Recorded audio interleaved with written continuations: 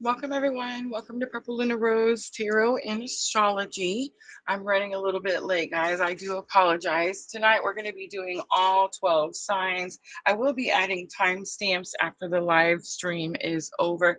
Guys, please remember we are multi-streaming. So we are on Facebook, YouTube, and back on Twitch, right? Still having some technical difficulties with TikTok, but hoping to get back live on there very, very soon.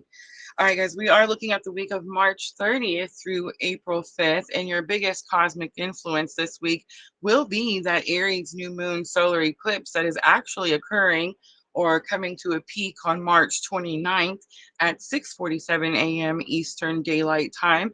Guys, this energy is powerful. It's going to be one of the more powerful lunar phases for 2025, right? So the energy is bringing new beginnings. It's very exciting, passionate Aries energy, and it's going to help you take a leap forward towards your goals. And this energy will be present all throughout the week. So keep that in mind. All right. So I will again start with the fire signs, Aries, Leo, Sagittarius. We'll move on to the water signs, Cancer, Scorpio, and Pisces. Of course, Earth and air immediately following. All right, so I'm seeing everyone come in. I see William 3130. Welcome. Brenda is with us. Welcome, Brenda. So, yes, guys, we are multi streaming, and I just got my experience at commercials. I decided I was going to play YouTube on the big screen, and I caught the commercials. I didn't like that. I didn't like that at all. And unfortunately, they're changing the commercials even more. I got a warning or like a notification saying that they were going to be changing where they place ads. Um, I'm not too sure what to say about that or what to do about that just yet. But just know that I do see it. I do understand that it can be a little bit of a pain in the butt. Please understand that it is how I feed my face. It is how I get paid. But yeah, that was a little longer commercial than I expected. And right at the beginning of the live, it's like that's so weird, right? Like we haven't even got started yet. But yes, guys, all 12 signs, the Aries solar eclipse energy, we talked about it all last week. Guys, please remember we are a week ahead. So if you're looking for what's happening this week, that's going to be over on my YouTube channel under the live tab. If you want to check my accuracy, you're more than welcome to go do that. But this is the week ahead, right? We always try to stay a week ahead. So this is the week after the solar eclipse. We talked all about the solar eclipse last week. We've actually been talking about it for several weeks. It's finally here, right? It's going to peak. I'm kind of really excited. All the Aries in me is excited for this solar eclipse. But this is the week after that we're going to look at with these 12 readings that we're fixing to do. And so this is going to show us like what energies or what maybe what challenges we may could come up, what we may experience. And the point of this, the point of being a week ahead, right? Is so that when these challenges occur, because life is not easy, guys. Like I'm not one of those readers. I can't come out here and be like everything's great and banana shakes fall out of the sky, because there's just no such thing. Life's hard and there's challenges every single day. So my goal is to come out here and tell you what those challenges may be, what those challenges you may or may not experience, right? But if you do experience them, I want you to be able to go, oh, Rosa told me this shit was going to go down. So now I can do this thing, or I can try this option, or I can, look at it a different way, right? Like that's the goal. That's what we're doing here. Let's see what else. I can't think of anything else. So I'm going to go ahead and get started. I see Vanessa coming in. Junior says sound and video is good. Thank you, Junior. Jenna is with us. Welcome, everyone. Welcome. All right, so here's the cards that I've picked out for tonight. I'm going to use the Vintage Oracle that Sandra gave me, Vintage Wisdom Oracle that she gifted me. This is going to be for our main energy of the week. And then I've pulled out the Shamanic Oracle cards. This is going to be for the main spread. And I've pulled out the Soul's Journey by James Van Prague. This is going to be for our guidance tonight. Someone really loud is driving down the road. Tell me if you guys can hear it. And then, of course, you know, Moonology, we close the readings out with Moonology. We've done it this way all 4 years. And then I've just picked the regular Rider-Waite to clarify with. Guys, Rider-Waite are those cards that you guys are really familiar with. I feel like people are starting to get more comfortable with these cards, and we're not getting such, I don't know, we're not getting the labels that we used to when we dealt with the Rider-Waite as much as we used to. I just feel like people are becoming more popular. They're just becoming more used to it. All right, I am going to start with fire signs first. Right after I get a drink.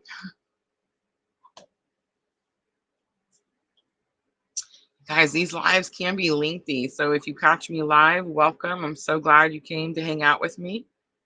If you're watching the replay, thank you so much for watching my video, right? Please remember timestamps in the description box. But yeah, if you're watching live, make sure you have a drink, a snack, a comfortable spot. I got a new chair, guys. I got a new chair and I'm totally loving it.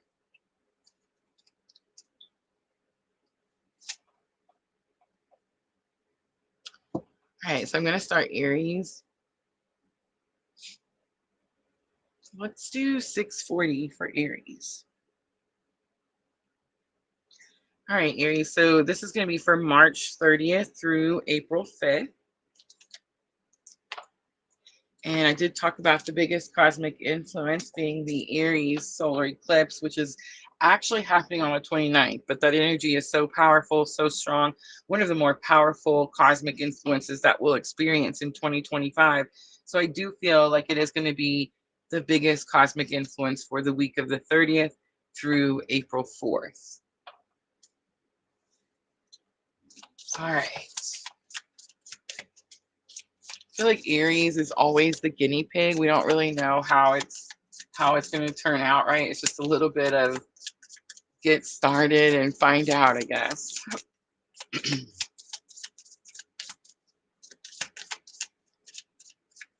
All right, so we have adventure coming out. I feel like Aries loves adventure energy, right? Innocence is on the bottom. Innocence always gives me that Six of Cups type of feeling. Six of Cups in tarot is reunion energy, but many times it's portrayed with two children, like in a field of flowers, and it's supposed to represent innocence.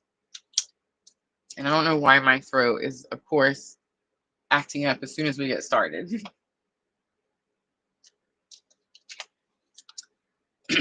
But very possible there's some type of reunion period, because that is what Six of Cups represents, reunion.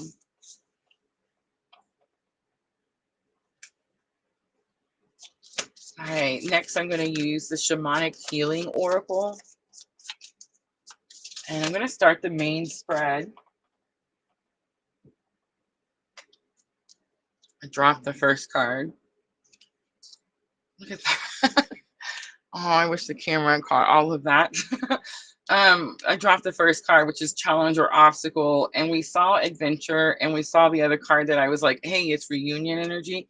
The 7 card came out, reunion of souls, reunion of souls. So big confirmation. Aries, you're going to have some type of reunion period. Man, the throat chakra, have mercy. Clearly, you know, we're all here for a specific type of spiritual awakening. And most likely that's what you're having your reunion with. I do notice the birds on the picture. So the birds a lot of times talk about messages. So there could be a message that's sent, or a messenger could bring you a message about your spiritual awakening, your counterpart energy. But adventure is your energy of the week. So I'm not really necessarily getting that you're too happy about it, because it is in your challenge or obstacle, Aries. But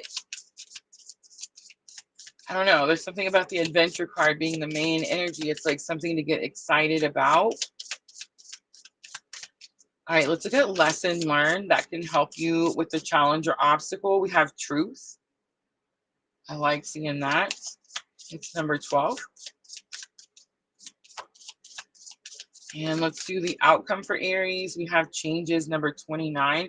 I'm getting critical 29.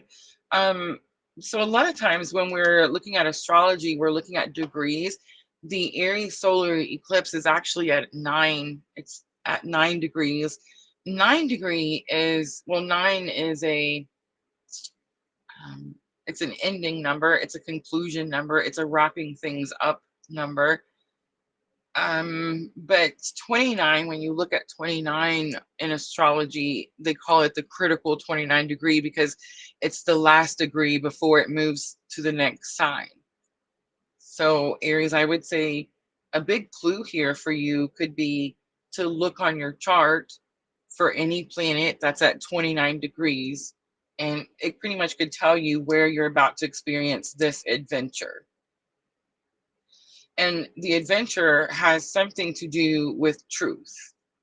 And of course, I see the eagle on the card. I hope you guys can see it as well. So I'm definitely picking up this energy like the truth will set you free type of thing.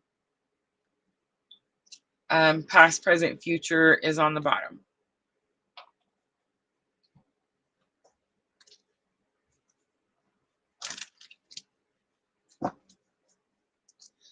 I can tell already with Aries being the guinea pig, first one out. Spirit is going to test me tonight. Front and center. It's all right. I'm ready.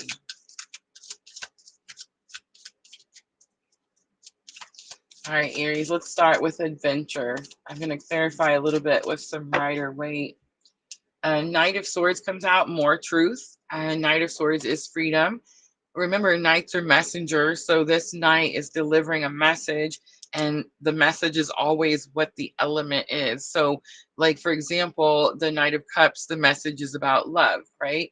The Knight of Swords, the message is about some type of truth. Because swords is communication, it's clarity, it's understanding, it's truth.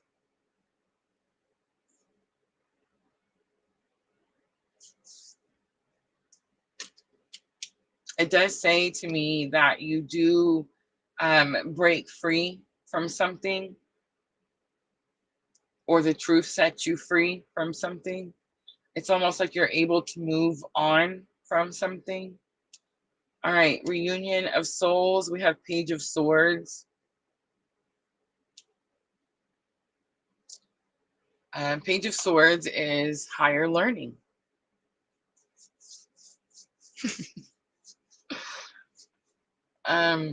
If you read tarot, I feel like you will see how Spirit is testing me. Page of Swords is also the card that speaks on the watcher, the person that watches from the outfield, the person in the background, the person that doesn't need or require center stage. This person learns because that's what Page of Swords does. It's a learning energy, but it learns quietly without the need for a recognition.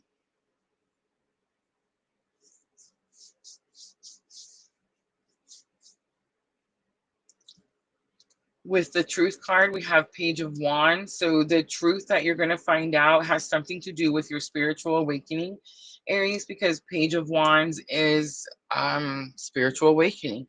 It actually talks about being excited to be on or having a spiritual awakening. Many times, I actually made a shorts about this. I'm in trouble right now. Have mercy. Okay, so I made a shorts this morning that I didn't get posted. I'll get it posted first thing in the morning. Anyway, I made a shorts that I talked about spiritual awakening, how people, a lot of times people want to fluff things up and they want to sugarcoat things and they want to make things sound, like a fantasy or fairy tale, or make it seem magical. I like putting all those pretty little stardust everywhere, right? It makes it seem a little magical, right? But the truth of the matter is that it's it's not. Spiritual awakening is hard. It's painful. It's challenging. It's testing. It's, well, I mean, if you're here listening to me, then you're having one. So you know. It's hard sometimes to get excited about our spiritual awakening journey, because we remember what life was like when we were asleep, right? Like we remember what life was like when we didn't really know the things. I was telling my friend today, I said, I don't really have anxiety anymore. I don't suffer from panic attacks anymore. And if you knew me 5 years ago, you'd be like, what? That's crazy. I could have a meltdown and sit down in a floor somewhere and not get up until the good Lord himself came down to move me. And I would freeze at any type of turmoil or, anything where I felt like I was losing the upper hand, I guess.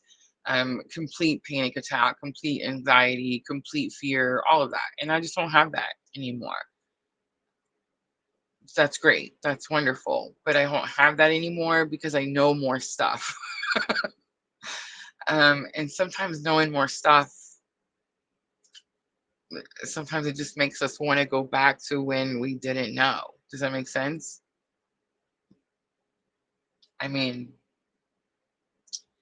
it's funny because the challenge or obstacle is that someone is learning about speaking truth. Someone is learning about spiritual awakening. Somebody may be ready to talk about that spiritual awakening. And the interesting part, Aries, is this is your reading. So it's like you have to get excited about the journey you're on. And you have to get excited about either what you're showing this person, what you're teaching this person, or the journey that you're on. That's what's going to help you with the challenge or obstacle. The outcome, I love it. So the outcome was changes. We do have the 7 of Wands here. So the change that you're going to experience, 3 of Swords is on the bottom. You're healing from a broken heart, clearly, if you're on this journey, right? Sometimes these tarot readings can be so like, duh. But anyway, 7 of Wands. I love that this is the outcome, Aries, because it's saying that what you're going to do different this time is you're going to have healthy boundaries. You're going to protect what's yours. You're going to protect your peace.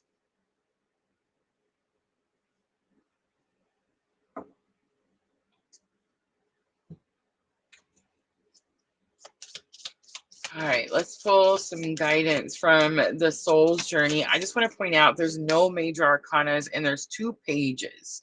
I'm not real happy with the pages. So if we're getting report cards, these are like, C minuses. I'm not real happy about that because I was bragging not too long ago about how I was going to get A's on my report card. um, but here's the thing about the pages. They're willing to learn. They're willing to learn. They're students. Pages in tarot are students. They want to learn. They want to get better. They want to know more.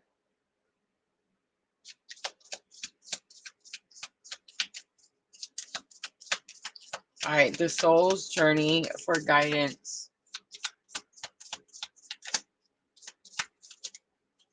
Guys, I never come out here and tell you that these are for your sun, moon, or rising, because I do all these readings for my own spiritual awakening healing journey.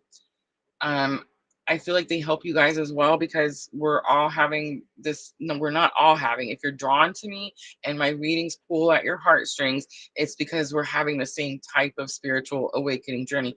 Lots of people are awakening, but there's lots of different types of spiritual awakenings journeys, like lots of different things that catapulted your awakening, I guess I should say. And I never do the things on camera where,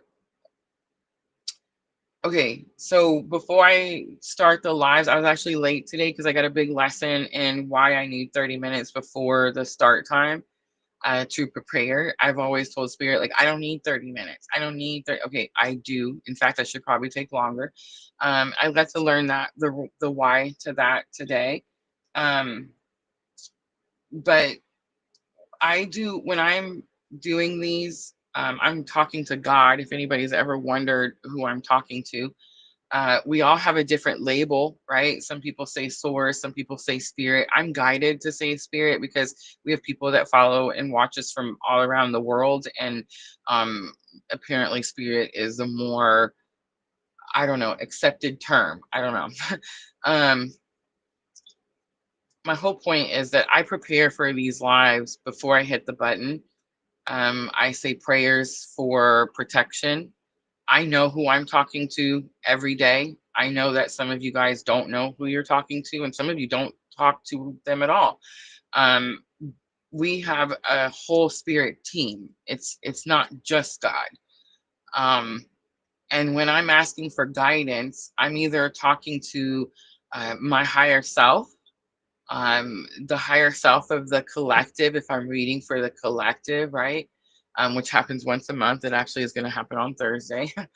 um and and then well, for these readings, I'm talking to my higher self, to my spirit guides, my angels, my ancestors, and my God.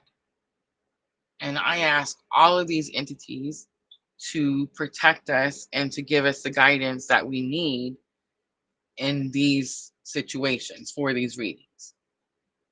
I'm at the point where I don't question the readings anymore. I used to. You can ask my friend.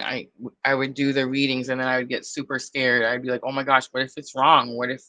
How do I know this stuff? Like, what if I did said it wrong, or what if this, or what if that? Um, you can go look at my reviews, and that's, it pretty much. I'm not trying to be like conceited or anything like that. It's just, it is what it is, and so I just don't question it anymore. But somebody asked me about my process when I read, and here's what I'm going to say, and I say it as often as I can remember to say it. Um, this is my healing journey. This is my awakening. This is what happened to me.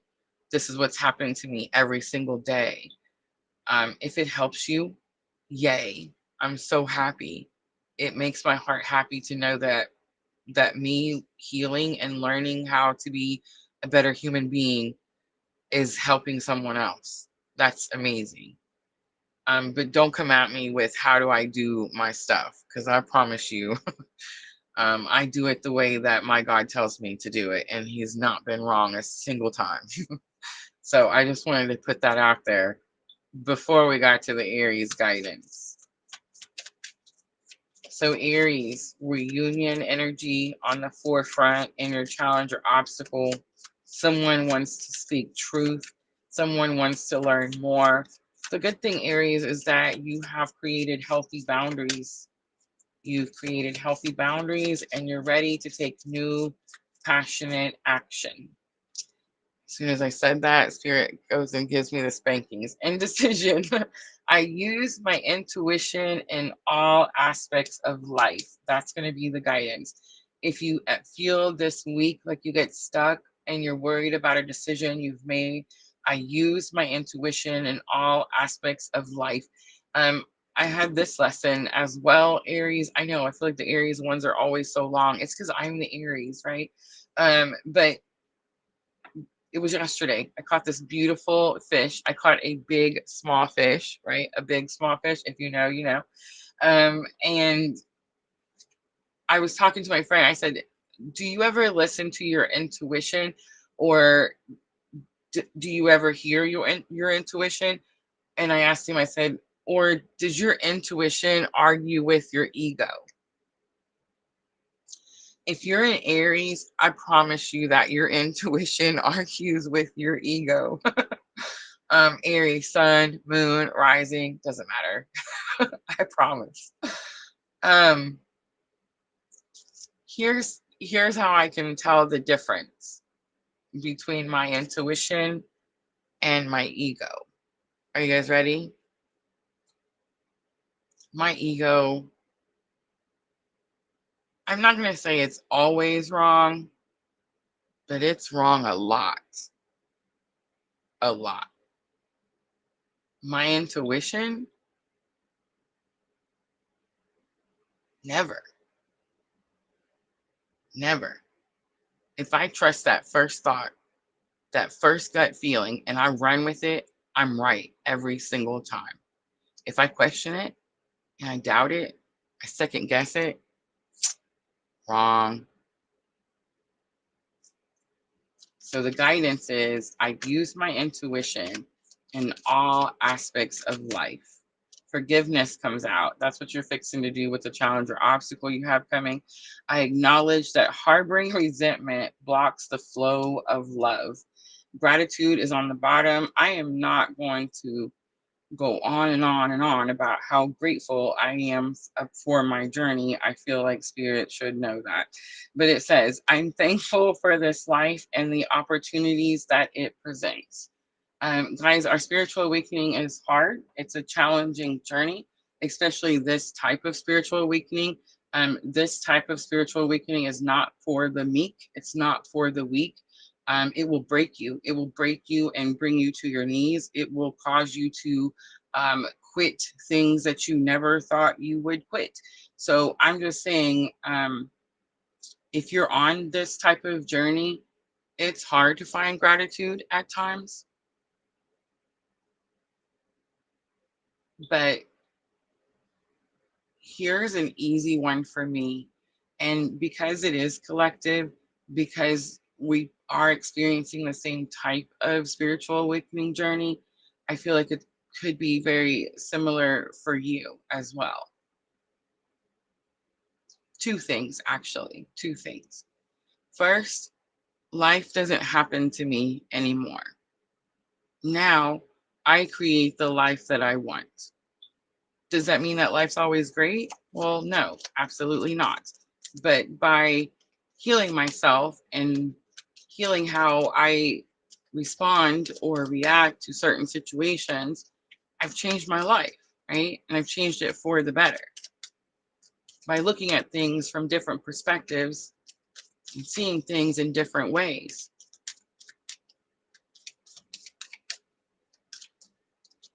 That's one. The second thing is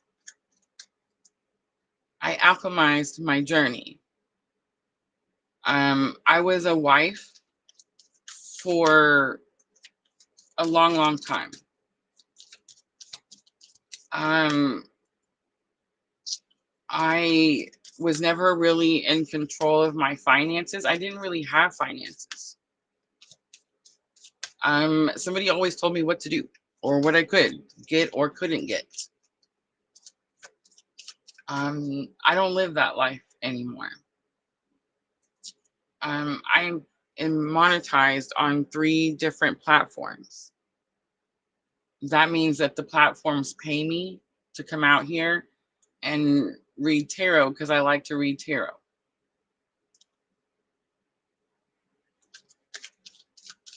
So I had this happen to me and I created a business. I created a business where I get to help people and big companies pay me every month to live stream and make little videos that I thoroughly enjoy making. So to say I have gratitude for this journey, I feel like there's not enough words to describe the gratitude. All right, Moonology to close it out for Aries, finally, longest Aries reading, right? The answers you need are coming. It's full moon in Gemini. Of course, it shows the twins. Meditate and contemplate. New moon in Pisces. And nothing will come of the situation. This is the void of course moon. The void of course moon is a moon phase that happens when the moon is in between phases. So each time the moon goes from one sign to, not phases, signs. When it goes from one sign to another, there's a period, a few hours, where it's considered in the void. It's like a reset. It's because it can't take the past energies from the old sign with it to the new sign. So it has to stop and have this like cleansing period. A lot of times when I see the nothing will come of the situation, void of course moon card, I feel like there's some overthinking, over worrying. It's never as bad as you think it's going to be type of situation. What I'm getting here for Aries is there's a reset. A time for healing is on the bottom. All right, Aries, that was huge. I'm going to leave that there. I hope that was helpful. I'm going to clean up really quickly, guys. And then we will move on to Leo. Sister's with us. Hi, sister.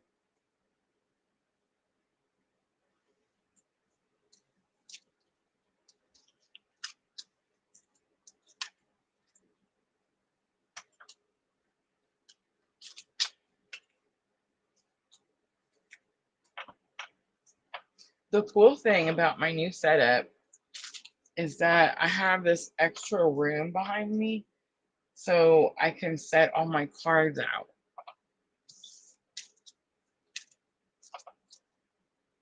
which is kind of nice.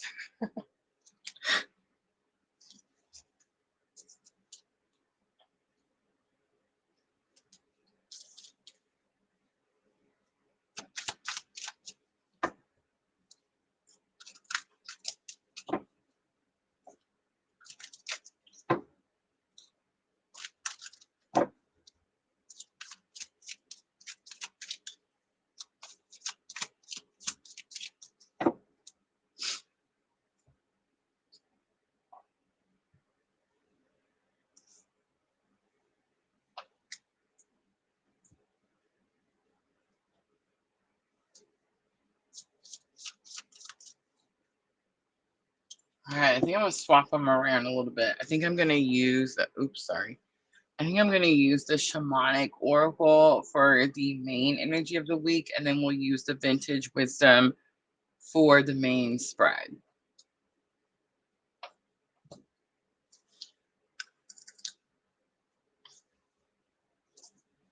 Sister, I still don't have the TikTok up and running. I definitely need to.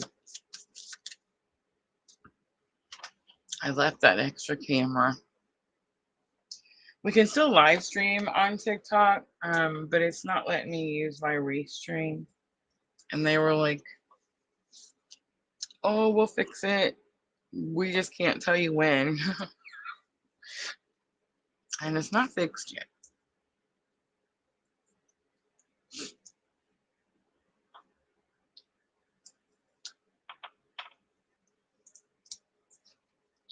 All right, Leo. I seen all those threes just now, but I missed it.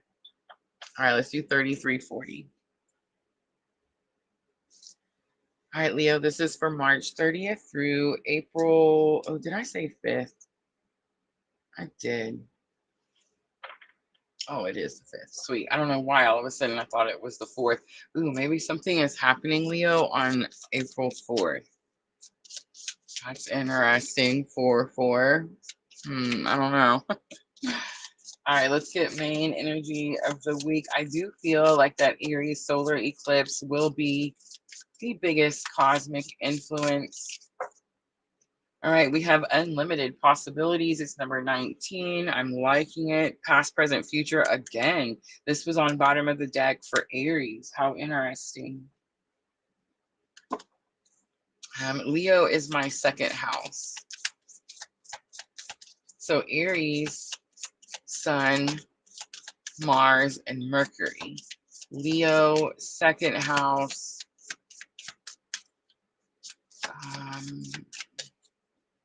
Can't remember what I have in my second house. Isn't that crazy? You would think that I would know.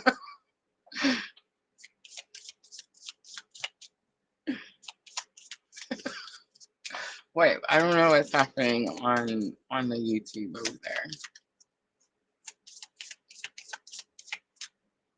All right, reflection is coming out for challenge or obstacle. It's definitely giving some mirror energy. Innocence, we saw that for Aries as well, coming out for lesson learned. Innocence gave me that energy of Six of Cups, nostalgia, childhood memories. And I mean, it could be reunion. The dreams comes out as well. Surrender is on the bottom. Leo, it's coming pretty quickly, so I'm just going to spit it out. Unlimited possibilities. The challenge or obstacle is the reflection. It could be self-reflection. Maybe you're struggling to see your part in something. But lesson learned is the innocence card. Maybe you're struggling to see that everyone was innocent in a situation. It's giving strong twin vibes. It's giving strong union vibes. It is like Six of Cups is reunion, and it is reminding me of the Six of Cups. But I feel like you're on your own, especially with the surrender card on the bottom, and you're close to some type of reunion. I feel like that's what your dreams are, or that's what you're dreaming of. And you do reach that outcome, but the struggle or the challenge or the hiccup or the thing that's like slowing you down or keeping you from getting there is going to be some type of reflection. Again, most likely it's going to be self-reflection, inner reflection. It's going to be something to do with understanding that, like, I think a lot of times in this type of journey, people want to blame the counterpart energy. They want to be like, oh, this person did this mean thing to me. Or I'm saying it's like, oh, or they're such cheaters or liars or players. We want to say these things about these people that awakened us. And actually, they're just playing their part. They're just doing what is needed to awaken you. Like, your soul wanted to come down here and awaken, and that is what was needed in order for your soul to awaken. I know we don't like hearing that. I know it sounds awful. I mean, I can't make it, again, I can't sugarcoat it. It just is what it is, right? But it's like, as soon as you can surrender that there's some type of self-reflection that needs to be done. I think maybe you're trying to maybe take the blame for something, or maybe even a lot of times in this journey, there's third party situations. Again, that's going to be, I know this is going to sound a certain way, but if I say it one more time tonight, I swear, um, everything happens for a reason. Everything has purpose. Even in third party situations, there's purpose. The purpose is always some type of healing. Something is always needed, right? I'm not saying go be in a third party situation and tell yourself that it's okay because, whatever. Of course not. I'm just saying that there's purpose. And a lot of times in these types of awakenings, there's third party situations. And I think that's why we don't like the labels and these types of things. But there's something here about someone's innocent, and really all parties are innocent, again, because again, your soul has a path, a journey, something it wants to learn. So it's like, as soon as you can let that go, Leo, then union can come in. And union may not, or reunion may not even be like, it may not be like what the dreams card is representing. Like, you probably do dream about reunion, but it may just be saying that your dreams are like your possibilities to reach your dreams and things that you want are more possible after you do this self-reflection, after you understand that everyone has a part to play. Everything has a purpose. There's a reason.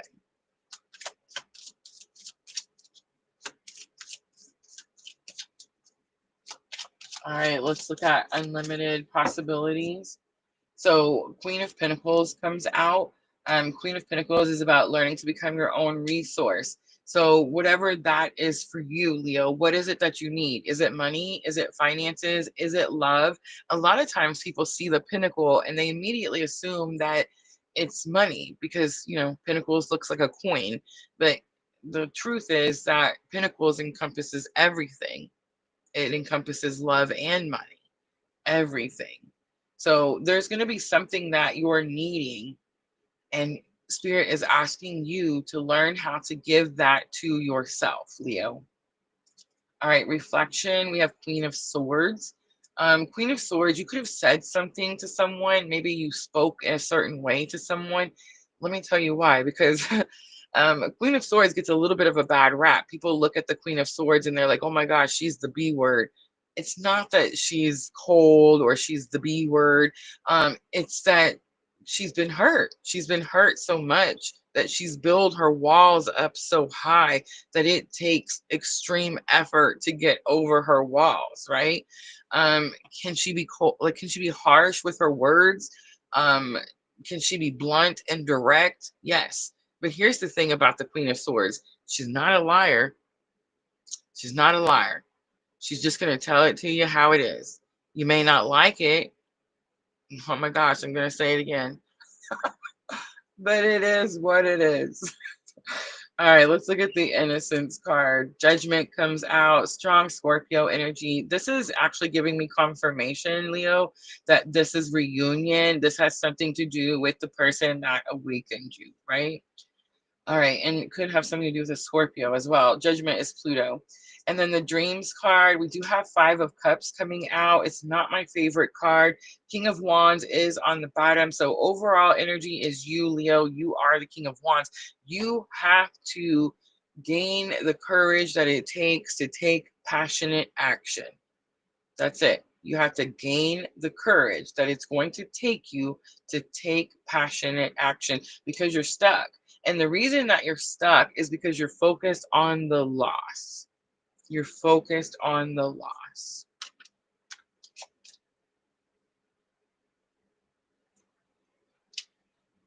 In fact, you could be dreaming about what you lost. All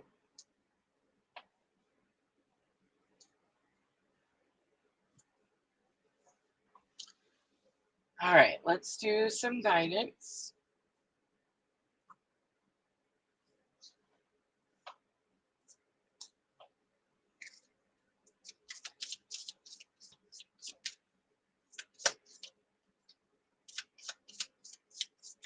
I love y'all sitting over there talking about the things.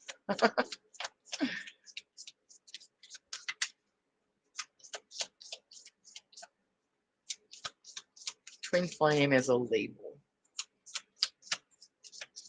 And if you ask me, it's a false label. It's an ugly label. I don't like it. Can you tell I don't like it?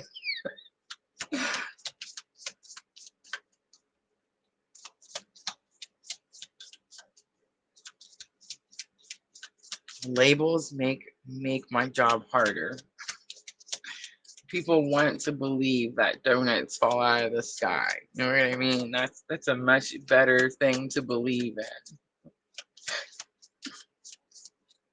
All right, look at the blame card coming out. What did I say? Oh my gosh, Leo, I am on the money tonight. Spirit may be angry with me because I don't do everything when Spirit says, but you know what? You still got to pass me. You know what I'm saying? You still got to pass me. You still got to give me the passing grade.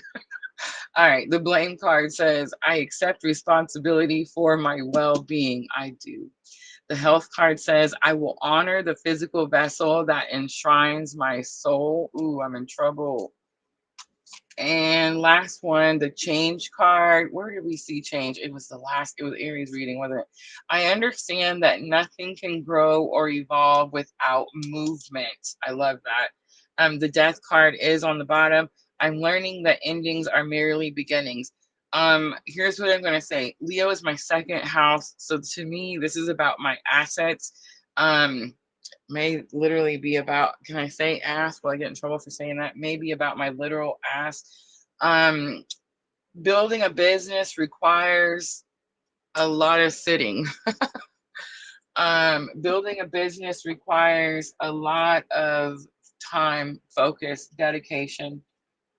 It took me 3 years to create PLR. I've been enjoying it, the fruits of my labor, right? For the last year, we've been monetized and we've been building and growing ever since. Um, I'm in trouble for sitting. I've been getting in trouble for sitting. I'm having to walk. I'm having to go like for actual walks. I know, right? I'm like, what the F? But yeah. Um, and it's funny because I've lost weight because of menopause. I'm kind of like my mom. When she first started menopause, she lost. You know how people say you gain weight? I've lost weight. And so I'm like, well, as long as my pants fit, like it's okay. As long as my pants fit and I don't have to go up a size, I'm okay, right? Um, no, not the case. um, okay, I have to say something else. There's something that I learned at the beginning of my awakening from counterpart energy. One of the things that was said to me was, "We'll keep pushing." That's one of the things that we would say all the time. It's something that I have in the cards. I tell you guys all the time, like, just keep pushing, keep going, keep pushing. Yes, of course. But one of the things was you have to keep moving. You have to keep moving. Um, you have to keep moving to stay alive. You have to keep moving. I don't know how else um to express that, to say that. And if you've been called, like if you're having a spiritual awakening and spirit's dragging you by your ankles and making you talk to people that you've never met and you'll never know, and tell the whole world like what happened to you and your awakening, um then your body is a vessel. By the way, everybody on the planet has a purpose. Spirit wants you to do something. So everybody's body is a vessel. um, you're supposed to take care of it. You're supposed to honor it and cherish it. You're supposed to, um, you know, drink all the waters. You know what I'm saying? Drink all do all the things. Okay, like all the things. Eat the foods. Eat the fruits. Eat the vegetables. All the things. I don't know how else to say it. And I'm getting in trouble right now because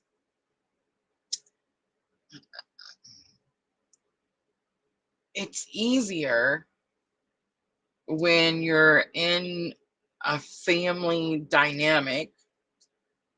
And this happened, it was easier when I had my children. I remember what it was like when, football practice and you had to pick this kid up at this time and this kid was in band and work got off at this time and you got off at this time, but your husband got off at that time and the electric company closed at this time. So somebody better get there and pay that bill before this happened. And a kid's waiting somewhere to be picked up.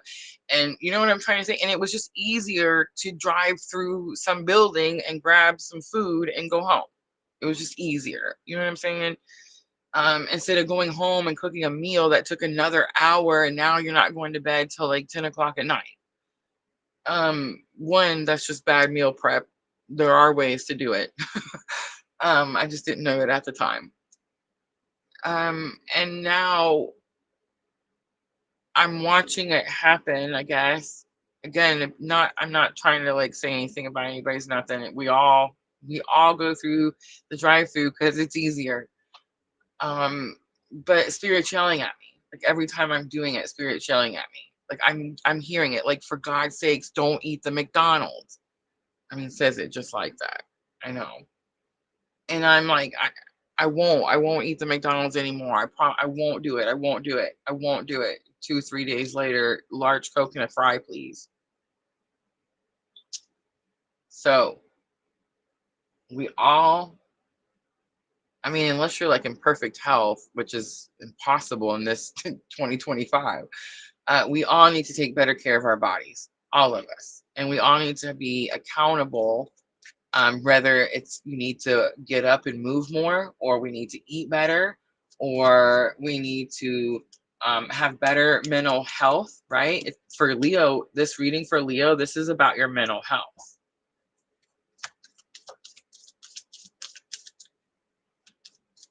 All right, Moonology to close it out. Don't let your past hold you back. It's the South Node. Nothing is yet set in stone. It's the mutable moon. I like this one, Leo. Nothing is yet set in stone. Don't manifest something that's not here. Like, don't put your focus on something you don't want, right? Like, that doesn't make sense. Don't put your energy in something you don't want. If you're experiencing something and it hasn't been set in stone, like, don't make it that. Change it. Make it what it is that you want it to be. Your commitment is being tested, most definitely. First quarter moon. This is the week that we have first quarter moon. Actually, it's so funny. Did I say something was going to happen on the 4th? On April 4th, go fact check me, y'all. Go do it. Go check. On April 4th, 4/4, I want to say, I got my notes right here. We have first quarter moon. April 4th, first quarter moon in Cancer. No lies. I love my live channel. Love it. All right, Leo. I hope that reading was helpful. I'm going to clean up and we're going to move on to Sagittarius.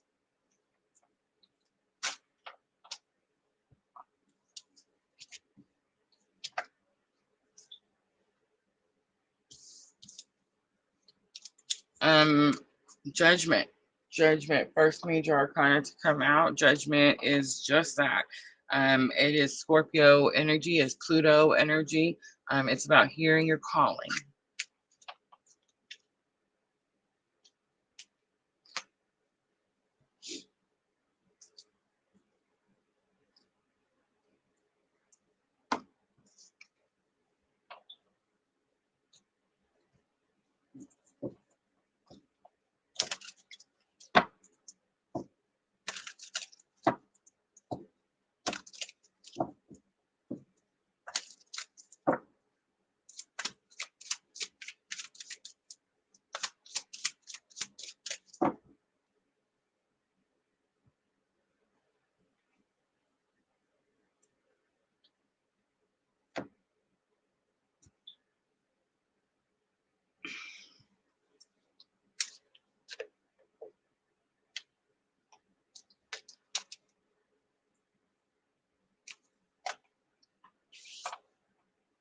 Same.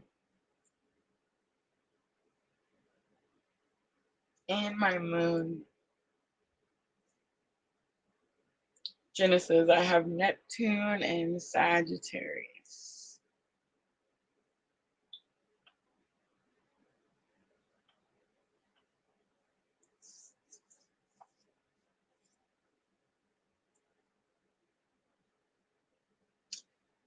Aries. No, I think it's in Pisces. Neptune moves into Aries. And I can't remember the day, of course.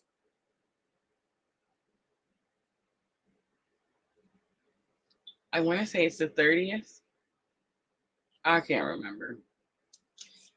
They all start to blend together. But it's going to be there for quite some time. Well, it will retrograde back into Pisces for a short period.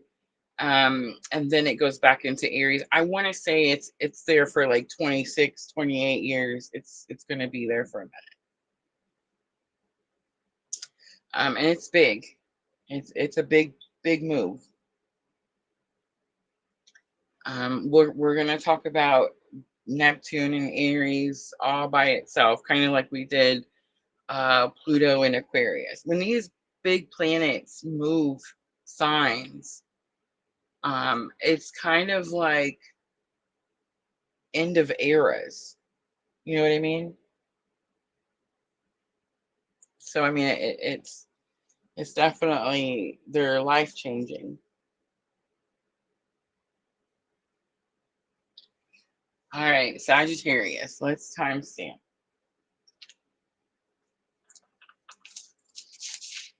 I'm determined to get through all 12 of these. All right, 54. All right, 5440 for Sagittarius. And I'm going to start moving quicker.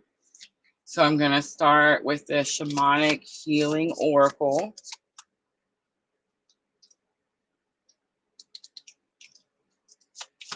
And I'm going to dim the light just a little bit so I'm not cooking over here.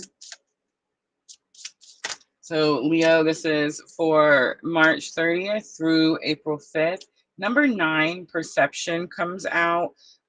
40, Retreat. I don't know why I said Leo. I'm reading Sagittarius. All right, Sagittarius. I'll get it together. Perception, number 9. The first thing that's sticking out to me is the 9, because I said that the biggest cosmic influence this week is going to be that solar eclipse in Aries, which is actually on the 29th. This is the week of the 30th, guys. Always a week ahead. Sagittarius, the 9. The 9 is what's sticking out. It's going to be significant. There's going to be something about the 9. There could be something coming to a closure. You could be wrapping something up. Some type of life cycle could be closing out. I do see the yin yang duality. This could have something to do with your twin journey as well. I do see 40, Retreat. I'm not really necessarily getting retreat with that.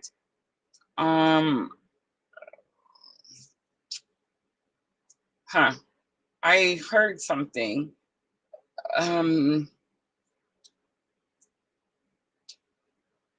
Maybe just because it sounds like retreat, but I think I heard retire. So somebody could be retiring. Someone could be, I don't know, pulling back and maybe not working as much, something like that as well. But perception, it's all about how you see something. All right, Sagittarius, let's look at challenge or obstacle, vintage wisdom oracle.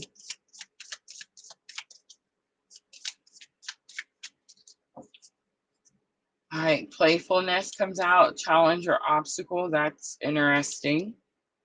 Gratitude is lesson learned to help you with the challenge or obstacle.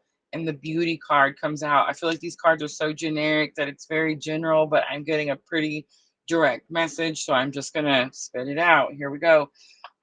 Something is happening where playfulness is in your challenges or obstacle, because spirit is saying that it's kind of like that retiring energy or retirement energy I was picking up, or where you're maybe you're just pulling back, or you're going part-time. Maybe you're not working as much as you're used to. Maybe I'm talking to someone who's used to working like a very structured schedule. Maybe you've worked 40 hours a week your whole life. I don't know, something like this, right? And now it's time for you to take a little bit more time for you. That's what I'm getting here. Gratitude is in your challenge. I'm sorry, in your lesson learned to help you with the challenge or obstacle. So when you're like, I'm struggling to give myself free time, I'm struggling to not work as hard or not push as hard or something like this, gratitude.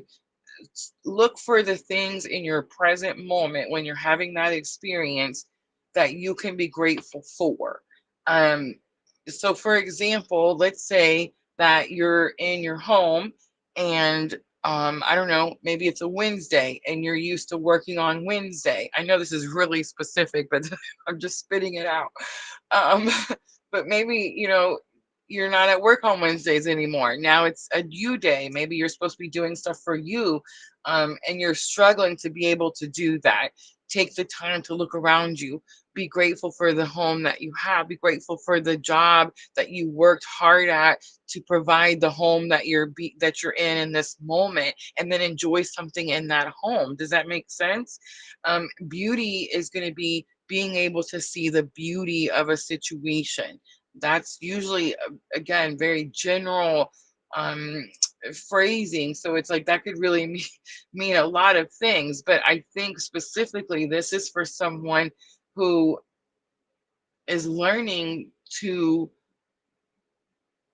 be more playful in life, be more less structured in life, and to see the beauty in it. Is I heard irony, so it's almost like there's some irony in the situation. Like, you worked so hard, you were so serious for so long, and now you get to be carefree and and relax and maybe not so structured. And it's okay if you're not, up at 4 a.m. It's okay if you have breakfast a little later than normal. I don't know, something like this. It wouldn't be okay for me. Like, I have to be up and I need to eat at a certain time or my stomach starts yelling at me. So it's just like, you know what I mean? So, but for somebody out there, it's going to be something about um being kinder to yourself, being more playful, um, finding more joy.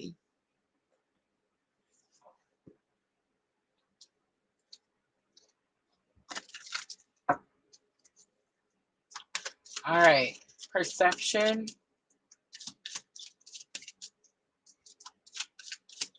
I do feel like it's about seeing something from a different perspective. All right, Seven of Wands comes out. Again, Seven of Wands is about boundaries.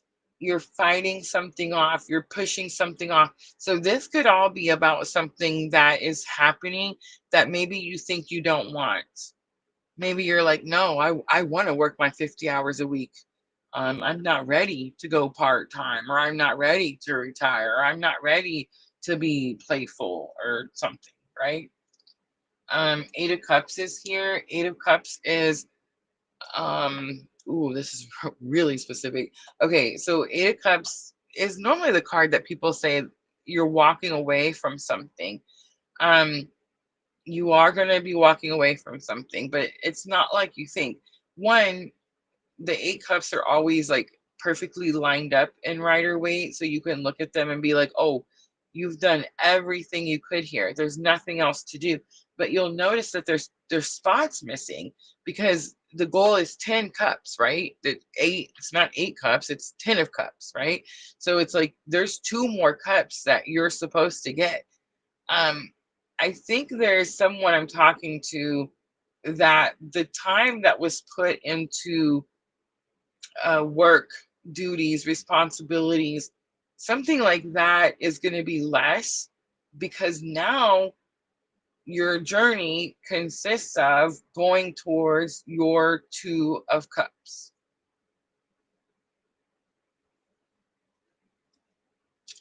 But you don't like it. Sagittarius, Four of Cups comes out. So Four of Cups is you're ignoring something. You're not paying attention to something. It says you actually have all the ingredients to manifest what it is that you want, but for some reason you don't like it. You're like, no, I don't really want that. It's giving a little bit of stubborn energy. For the beauty card, we have the Ten of Pentacles. On the bottom, we have Five of Cups, Five of Pentacles, but it was in reverse and it is in front of the Tower. So it's definitely giving me like, um, you can ask for help is the Five of Pentacles, but in reverse. You don't need to ask for help. You've got this. You've got it under control. In fact, whatever you're experiencing could be something that you've actually asked for or wanted, with that Nine of Cups in there, which is divine wishes being granted. When Nine of Cups it comes out, or you see a Nine of Cups with the Ten of Pentacles, it means you're getting everything you wanted. You asked for something and you're getting this. I think it doesn't look like what you expected it to look like. Or it may not, are you ready? It may not be the who, right? It may not be the who you expected it to be. And I think that's the case. But the beauty of a situation, the outcome is Ten of Pentacles. Sagittarius, you get everything you wanted. You get everything you asked for. All right, I'm going to pull some guidance for Sagittarius.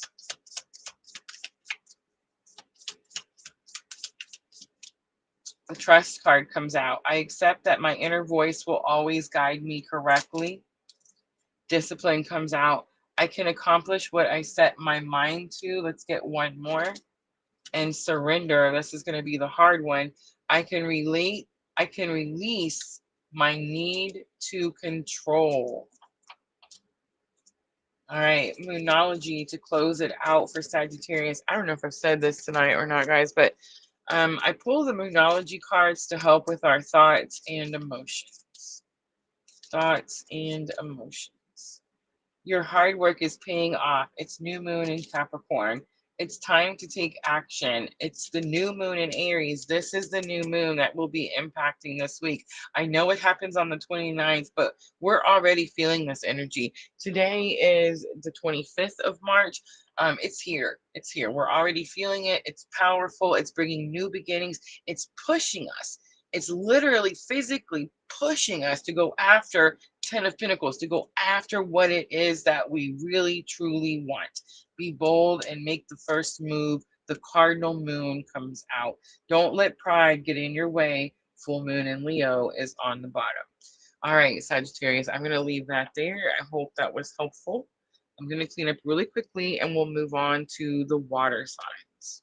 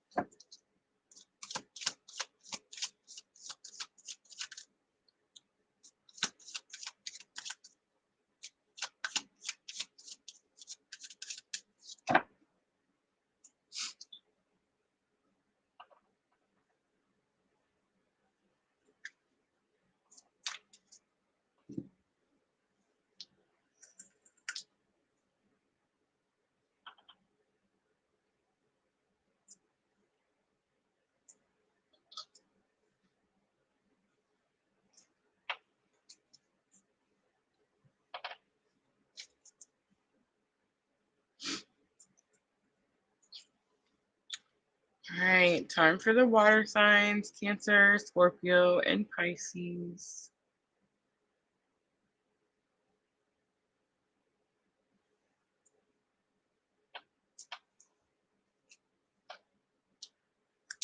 $107.07 for Cancer because I've seen it. All right, this is for March 30th through April 5th. And I'm starting out Shamanic Healing Oracle.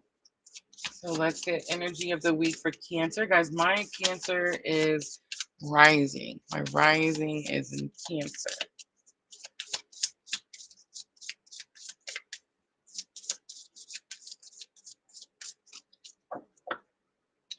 Forgiveness comes out. It's number 23. The number 23 is sticking out to me.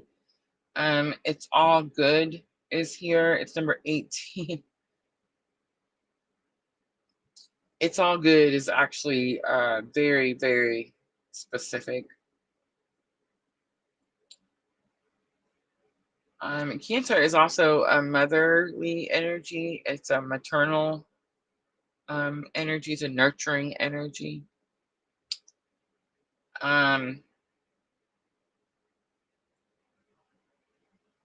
The 23 is sticking out to me for several reasons, but what's coming to mind right away is there's a song. There's a song, it's called 23. It's about a young man that sings a song to his mother. The song goes, to be perfectly honest, it talks about how the young man says, I don't know, it just talks about how he wished he had made better choices in life and done better by, I don't know, one of those types of songs. My youngest son actually sent it to me one time, or we were in a car and he was like, "Mom, have you ever heard this song?" And it just, definitely brought tears to my eyes, made me love him that much more. But it's a great song. I feel like me and all my sons have, like we like all kinds of music, but we like good music. But we like the same music. Like my sons can give me a song. Like I've learned a lot of the people that I listen to through my children. So it's like, you know what I mean? which is weird because a lot of times that doesn't really work that way, right? Like most of the time your children listen to different music than you listen to. But yeah, anyway, there's the song. Forgiveness is something that I feel like my whole family is dealing with today, presently, right now, as I speak. Um, in all different aspects, we're all learning what forgiveness means, right? But the fact that the it's all good is coming out, this is actually a counterpart situation, another phrase that was said often. It's number 18. Um, I feel like for me personally, I could be getting a little confirmation here that the situation that I was worried about in my personal family, it's all good. It's going to be fine. Everything is going to be okay, right? Definitely could be something like that.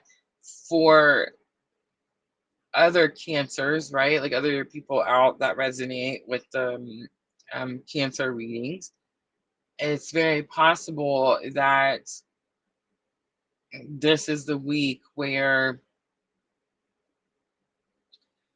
you're going to have to offer forgiveness.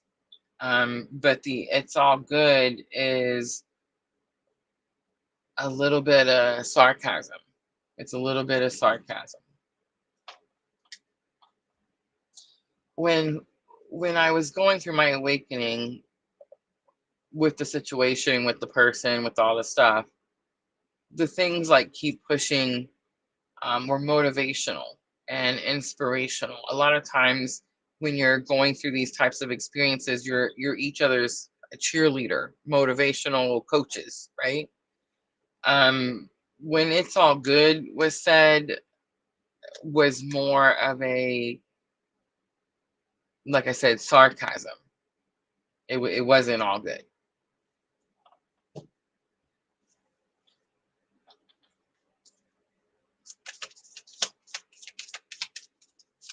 All right, let's pull out challenge or obstacle for Cancer.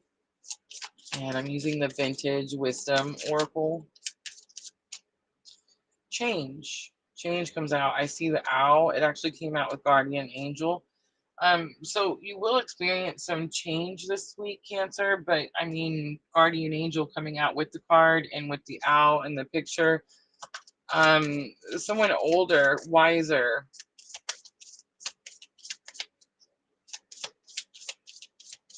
And it could be someone who's passed on, of course, watching over you, always protecting you. All right, lesson learned to help you with the challenge or obstacle. We have the release card. So you're going to have to release something. Um, it could be anything. It could be a thought, a belief, an idea.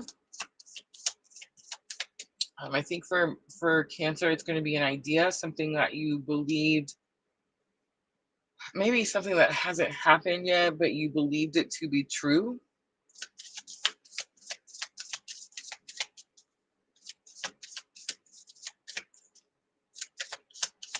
The white butterflies are sticking out to me. This doesn't feel like a lot of yay, good luck for Cancer, but I will say that my mom used to tell me that the white butterflies were good luck, and I told my kids that growing up, and I tell whenever I see one, I just tell everybody, right? I seen two. I seen two when I was fishing yesterday, and I caught the big small fish.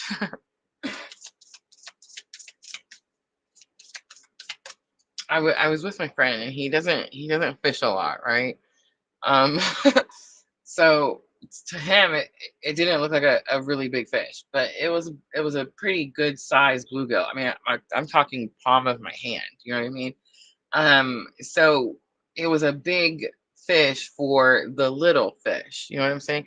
And he was like, he thought I was gonna want to keep going because I was gonna want a bigger fish, and I was like, no, this is, it's the end of March. Like this is when you fish for the big little fish. You know what I mean?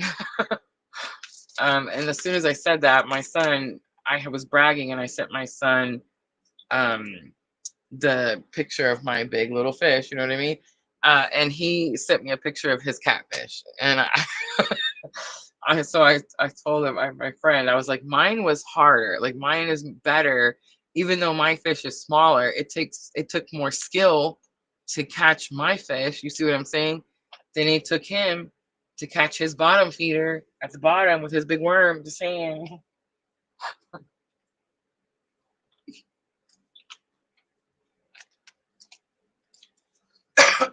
Excuse me.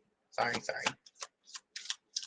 Jenna says, my son has great taste in music and introduced me to a lot of new stuff. Same. All three of mine. All three. All right. Ace of Wands comes out. Cancer. Whatever is happening that you have to forgive. Fate, destiny. One, if you were asking a question just now, the answer is yes. But fate, destiny, some new passionate action is what I'm getting.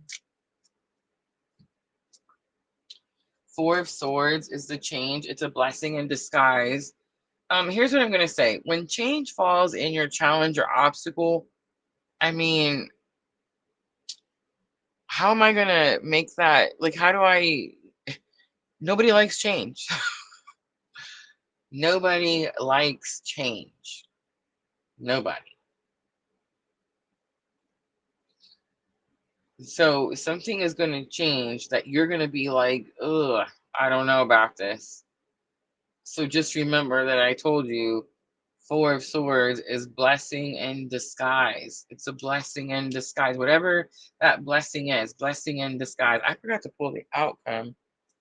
I knew I was like, why is there an extra card? There wasn't. It was just the first one. Ooh, and then two cards again. Choice and awakening. Ooh. Shadow self is on the bottom. All right. Get it together, Rosa. All right, Five of Wands comes out for the release card, which is your lesson learned to help you with the challenge or obstacle. So whatever change you're going through, what's going to help you get through it is just letting shit go. Like trying not to hold on. If it's falling away, let it go. It's meant to fall away. That was a hard lesson for me to learn. But I feel like for Cancer this week, it's not a hard lesson because the Five of Wands says you trained for it. I've always compared the Five of Wands to the Five of Swords. I'll say, well, at least it's not the Five of Swords, right? Because they're not stabbing each other. The Five of Wands, they are hitting each other, but it's training, it's practicing. I remember when Spirit told me, it means that you've trained for this, you're prepared for this. All right, choice and awakening. I feel like you're going to have some type of major choice. And the card that came out along with it, I don't know if it was supposed to, if I just grabbed it because I was trying to hurry and get the last card, is the awakening card, which is reminding me of at the beginning of the live when I talked about how, and it may have just been an Aries reading because Aries was so long, but I talked about in our awakening, is challenging. Our awakening is challenging. I talked about the shorts that I'm going to post in the morning, where I talk about spiritual awakening, and people think that it's this fairy tale, fun, and joyous adventure. I don't know what people think we're doing out here, but and I said that it's painful, it's challenging, it's hard to have an awakening. This isn't easy. We're not like flying by the seat of our pants and making fairy dust cookies everywhere, right? Like this is a challenging experience that we're all going through, and a lot of times we want to go back. A lot of times, you know, I've made a shorts about this too, where you can't take the glasses off. Once you've seen, you can't unsee, right? And it's like once you've awakened, you can't go back to when you weren't awake, when you didn't realize how things worked, right? Like now I feel like your choice that you're going to have to make is the awakening. And Queen of Wands comes out, so I feel like that's confirmation. Queen of Wands is be confident in yourself, be kind to yourself. The sunflower represents kindness, but the black cat is what sticks out to me in Queen of Wands all the time. Be confident in your spiritual abilities. Spirit is asking you to choose your spiritual awakening. On the bottom is the World card, which talks about new opportunities. All right, let's pull a guidance card for Cancer.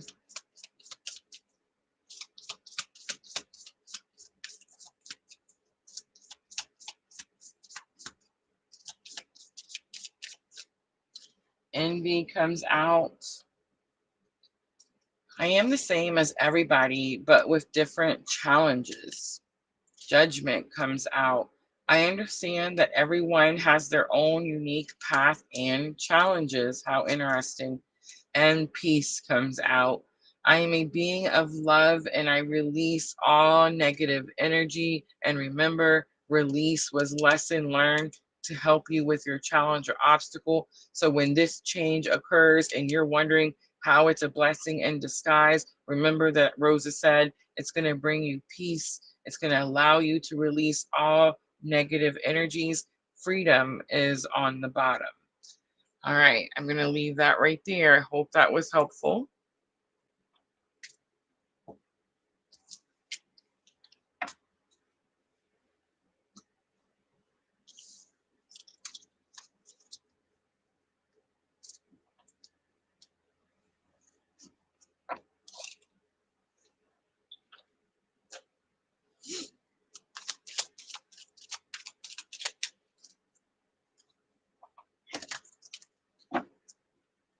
All right, Scorpio time.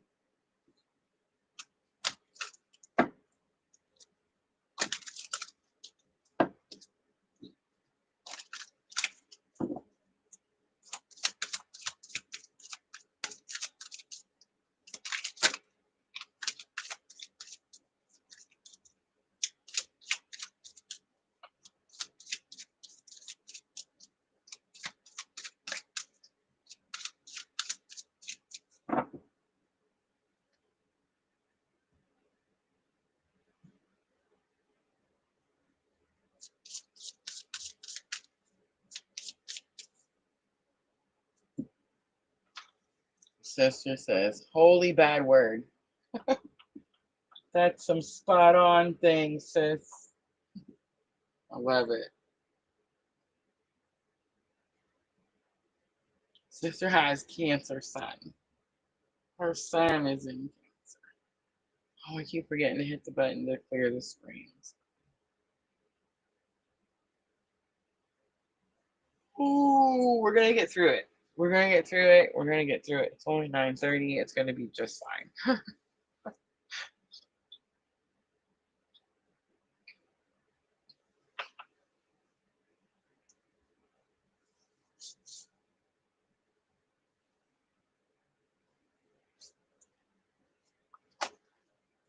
All right, who's got the Scorpio?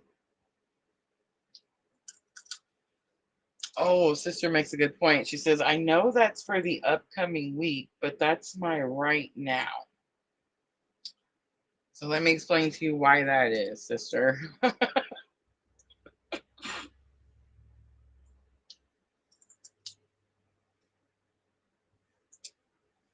right, so everything is energy, right? We talk about that. Everything is energy. And energy flows, right? And when they say, for example, that the new moon in Aries is going to peak on at 6:57 a.m. Eastern time on March 30th. That's the peak illumination. That's when it's going to be at that highest point. But the energy flowed before the highest point and it will flow after the highest point.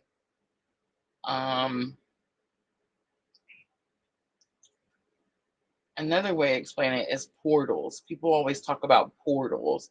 Like portals are just where there's like an excess of energy. And so people use, like, for example, everyone knows the 1111 portal, right? Especially here.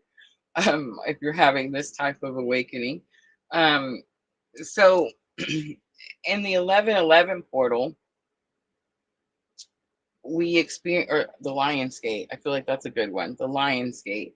The Lionsgate portal, the 8-8 portal. It is when a certain stars align with the pyramids in Gaza, right? So this is something that happens every year. And the interesting thing is that it's the 8-8 portal, but it never actually happens on the 8th. Sometimes it's on the 5th, sometimes it's on the 9th, sometimes it's on the, the 10th. It varies, right? And it's going to be because we changed that calendar. I'm just saying. But anyway, the point is that the portal is open before they say the date is, you know what I'm saying? And the portal is open after they say the date is. It's for a period of time because again, it's all energy and energy is just flowing, right? It's moving, it's going. So it's like it's a little before and a little after. So whenever we do these readings, you can definitely, especially when we talk about the astrology, you can definitely feel some of those events before the actual peak date. And I believe that some of us, if not all of us, that are having awakenings are being called to have these awakenings at these times so that we can guide or help guide other people, other souls through their awakening. And I think that's why some of us feel things before other people do.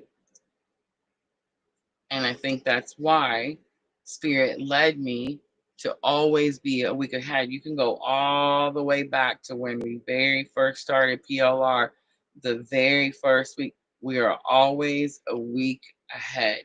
Now, there's been a couple hiccups in my life where things have happened and I've had to do them week of. I want to say on 3 different occasions in the last 4 years, that's been the case. But every other week, we have been a week ahead every time. And I think that for the most of us, the PLR collective, we all feel our energies early and we all feel it about a week to 10 days. I know, right? How crazy is that? About a week to 10 days early. Guys, I've been reading and studying your charts for 4 years now. And I'm just saying, it seems like a lot of us feel these energies about a week to 10 days early. Jimmy says, I was born on the Lion's Gate. I love that. Love it. All right, Scorpio. Here we go for the Scorpio. Sandra says, Scorpio in the house. Yes, the Gregorian calendar. Yes. All right.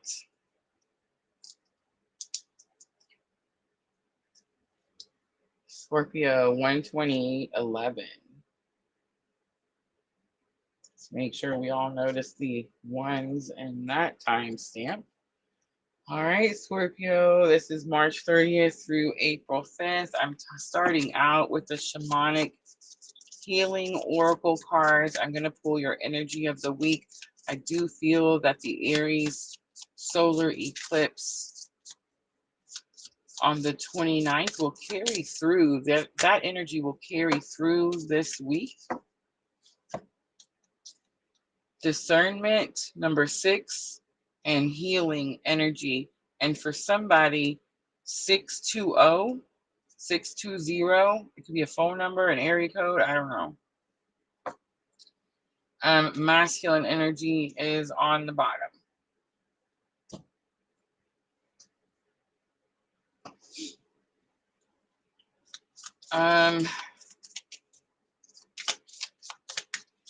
I see the hand. Scorpio, is healing energy being sent to you? Are you stopping it? Have mercy. Discernment, something is upside down. You could feel like you're upside down. You could feel like things are upside down. Something is not sitting right.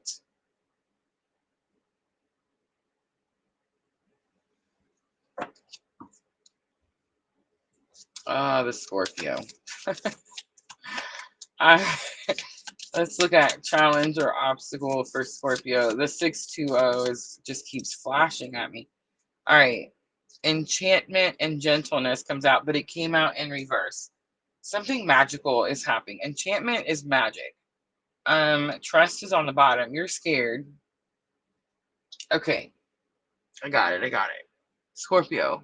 Let's go ahead and pull the rest of the cards. Okay, trust was on the bottom. Union, wow, is lesson learned. Outcome is abundance. I love it. Okay, trust is on the bottom. That's going to be key. I'm scared for you. Okay. The healing energy card shows a hand in a dark circle. It looks like a shadow. It gives a little bit of an eerie vibe. When I first saw it, I saw a hand like you're trying to stop something. I immediately felt the healing energy coming your way and you're resisting it. Discernment came out with it because you need discernment. Something is happening. And we just got done talking about how these things happen early, but Scorpio, it's possible it hasn't happened yet. So when it does, okay, something is happening where you're receiving some type of healing energy, but it feels off to you, Scorpio. It feels weird to you. Something feels off. You're resisting it. If I'm talking to Scorpio who is at the beginning of their spiritual awakening, that's not true. You're not at the beginning. You're just at the accountability part. Things can scare you. And I feel like things have scared you before. Okay, so things can be weird. Okay, when you're having a spiritual awakening, you see weird shit. Okay, I mean, I don't know how else to say that.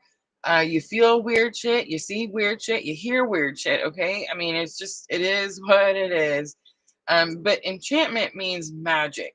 So you're fearful of something that is magical, that is good, that is going to help you. And gentleness is here. So it's like maybe it's not coming in gentle. And maybe that's why you're scared. Maybe you need it to be more gentle. I don't know. But Spirit is asking you to be gentle. Spirit is asking you to be gentle and for you to see the magic in a situation. For some of you Scorpios, this could have something to do with someone who's passed. And that's why the union card is here. Not because it's like twin flame union. I mean, have mercy. It could definitely be, twin flame union. It's lesson learned to help you with the challenge or obstacle. If you're struggling to believe in magic because you're on a twin flame journey and you're upset due to what didn't we see masculine energy somewhere, that could be pissing you off. Then your knowledge of union or what union is what's going to help you with that challenge or obstacle, and then abundance comes in. Yay. For the other Scorpios, union is this energy telling you that it never left, that it's always with you, that it always watches over you, that it's always guiding you, that it's always protecting you, that it's always showing you the way. That's the union. And I know that because her head is lit up in this yellow light. And it's like it's the guiding light, like it's showing you the way. right? And your way, what you're looking for, is actually not twin flame union. You're looking for abundance. You're looking for financial abundance. And I mean, that's not true. You could actually be looking for love as well. I see the archway.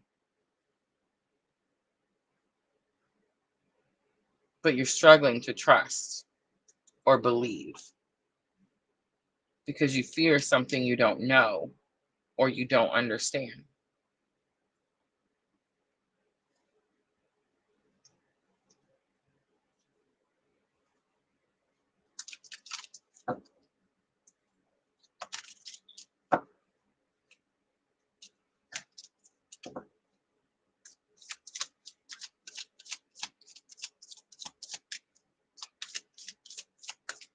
All right, Scorpio, let's see what you need to discern about this healing energy that's being sent to you. I immediately got that it's being sent to you and that you're stopping it, blocking it, fearful of it. Something seems off, weird, who knows? Two of Swords comes out. Two of Swords is stuck energy. Okay, if you feel stuck, if you feel like you're trying to move somewhere, you're trying to go somewhere, maybe you're trying to relocate somewhere. I heard the word relocate, and something's not allowing you to go. That's protection, right? There's a phrase that people say. I never get these freaking sayings right. Um, Rejection is God's protection. My ears are on fire. So, Scorpio, if you are rejected, if you want something and you want to go somewhere or you want to move somewhere, you want to relocate somewhere, whatever that is, and you're rejected, you're told no, you have to wait, you're held back, whatever it is,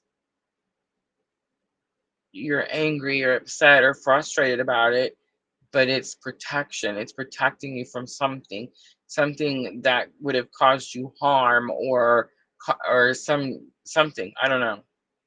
So you're being protected from that situation. The Hierophant.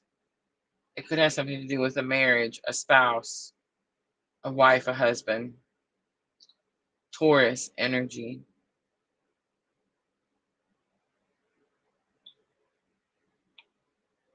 Again, it's your belief, because remember, it was enchantment, gentleness. It was believe in the magic. The Hierophant is your belief system, your spiritual belief system. Union, Page of Pentacles. You need to take a small step. Page is a small step. They're new energy, not at the fullest potential. It's the very beginning. You may need to give someone an offer.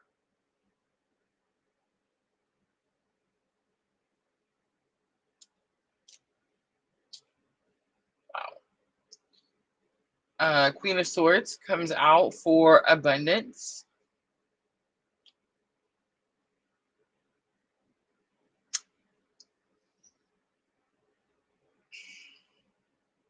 For some of you, that this is a spouse that is a challenge or obstacle.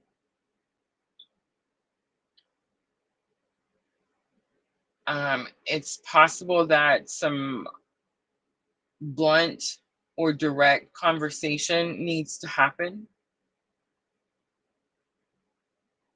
It's possible that strong boundaries need to be enforced.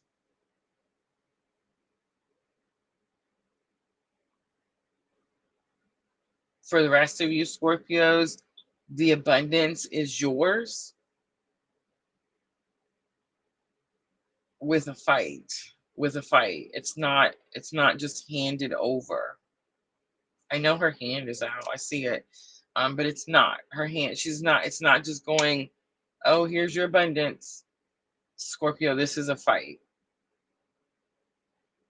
This is a hard fight. You win. The abundance is yours. Look at that. World card on the bottom. Big confirmations. Queen of Wands was next. Be confident that some new cycle will begin. Be confident that you will get new opportunities, but you're about to have to fight for something.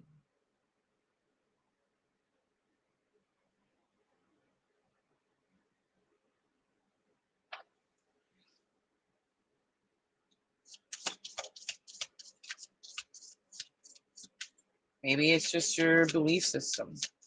Maybe it's just fighting to take that first step on a new journey. But the Queen of Swords on abundance,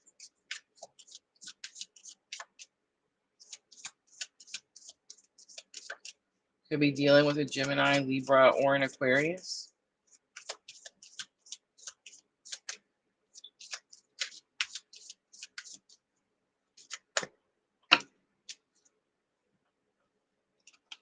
More confirmation, success.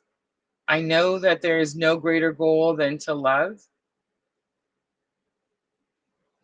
Happiness. I'm aware that being happy means that I'm on the right path. Doubt. I release the need to know all the answers. Gratitude. I'm thankful for this life and the opportunities that it presents. And here it is, ready? Courage. I find the inner strength to face the fear with confidence. Acceptance on the bottom.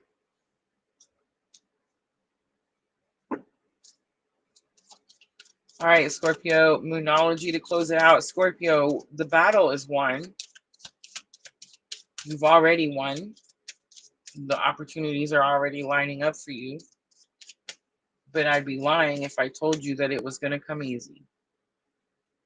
And I'd be lying if I told you that you won't be scared. The Spirit's giving you all the messages: success, happiness. It's the doubt that's causing your fear. Gratitude will bring you out of that fear. Who had that reading? Somebody had that read. Was it Leo had that read? Somebody had the reading where it talked about when I think it was Leo, when you're starting to doubt yourself, when you're starting to feel the fear, find the gratitude in that moment. That's what's going to help you gain that courage and get through whatever it is that the fear is trying to keep you from getting through. But the Queen of Swords on the abundance card for the outcome says you win. She's a fighter. The Queen of Swords is a fighter. The abundance is yours, but you will have to fight for it. It's not going to come easy. They're not just going to hand it to you. Step out of your comfort zone. It's the North Node. You and your loved ones are safe. It's new moon in Cancer. This is my favorite card to see right now. Scorpio, if you have children, if you have a family, if you have a spouse, and you're worried about that situation, whenever this card comes out, it tells me everything is okay. You and your loved ones are safe. New moon in Cancer. Communication is key. It's new moon in Gemini, and I'm going to leave it right there. I hope that reading was helpful, Scorpio.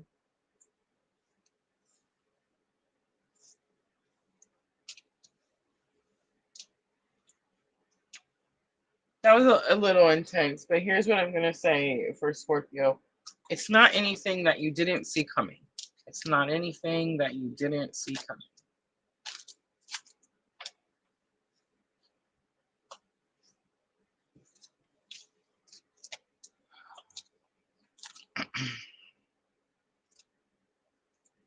Erica, welcome, Erica.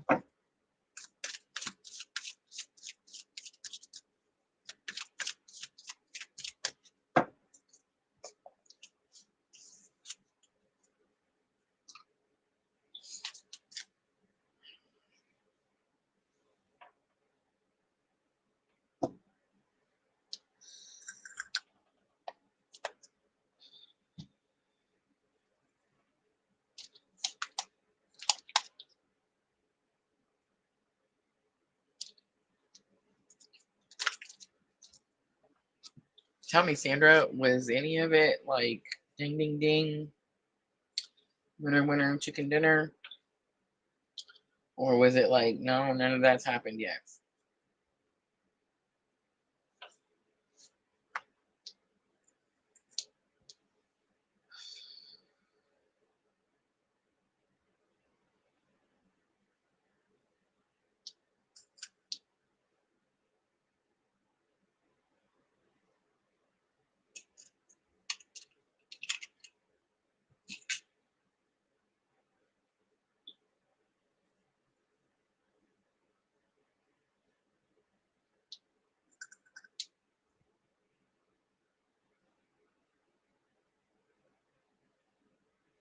I'm just breathing. I'm just breathing. I'm not quitting. We're gonna do the second half, I promise. I'm just taking a breather.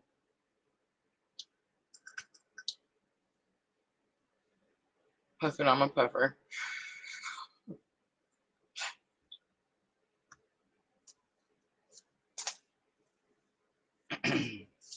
All right, Pisces. 1:45:11. This is for March 30th through April 5th. I'm going to start out with the Shamanic Healing Oracle.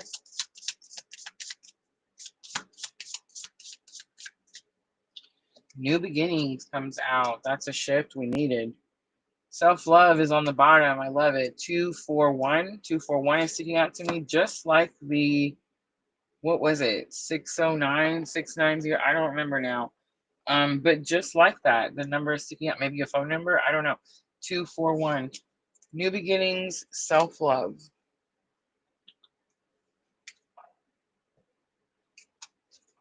All right, Pisces, let's look at challenge or obstacle. Love. We've seen self-love on the bottom of the deck. Lesson learned. We have purity coming out.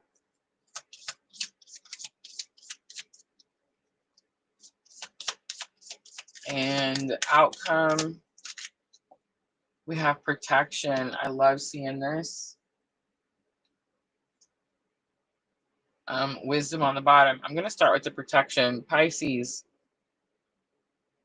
I don't know if you can see the card or if you can see the detail in the card. Because of ancestral lineage, you are highly, highly protected. And I don't know how else to say that. It is what it is. It just really is. When you learn this, the wisdom on the bottom, there's no stopping you. That's why New Beginnings is your energy for the week.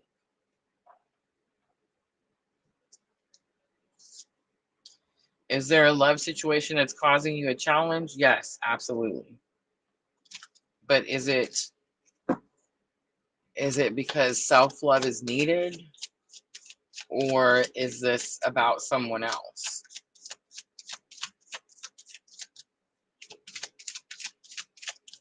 All right, Pisces, let's start out with the new beginning. What is the new beginnings for Pisces?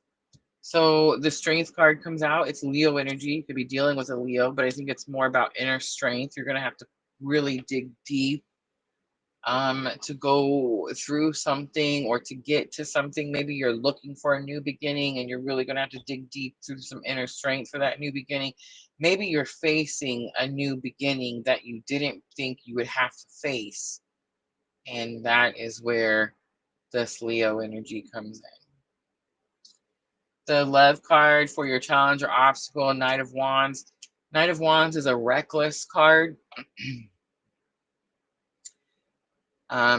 So normally here, Pisces, I would tell you that the Knight of Wands represents a card that says do not be reckless. It's even in your challenges or obstacles, which again would cause me to say do not be reckless. But I'm hearing something a little bit different, and it's because we're experiencing this Aries energy. And I've been using the word risk a lot discussing the Aries energy, and I struggle using that word because I don't want people to take risks. I don't want people to do something that ends up, hurts them or causes their life to be harder. That's why I come out here and tell you that this is my awakening. I'm not coming out here and telling you to do anything. This is my journey. These readings are for me, right? But Pisces, if you're watching me and you're going through this type of awakening and you're experiencing some type of new beginning where you're having to dig deep and pull from some inner strength, The Knight of Wands and your challenges or obstacles falling on this love situation, of course, don't be reckless, but take calculated risks. Does that make sense? The Purity card, the Eight of Wands comes out. Something is going to purify quickly, suddenly. And what I mean by that is something that seems mucky, murky, dirty, ugly. It's darker energy. It will purify quickly.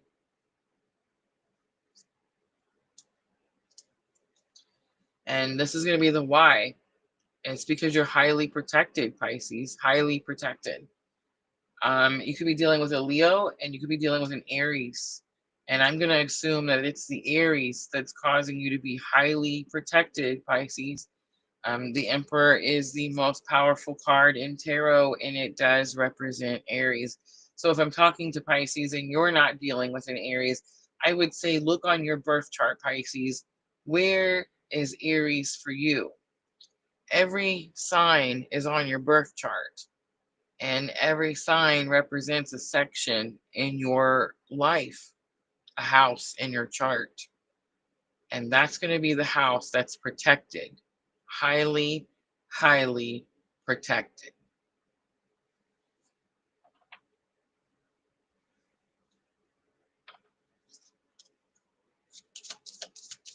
All right, here's the guidance.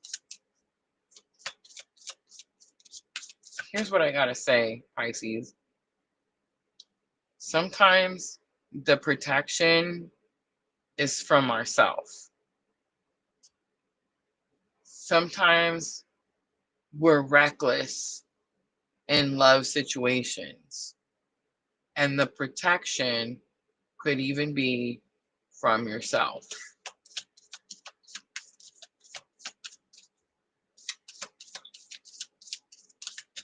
Either way, highly protected.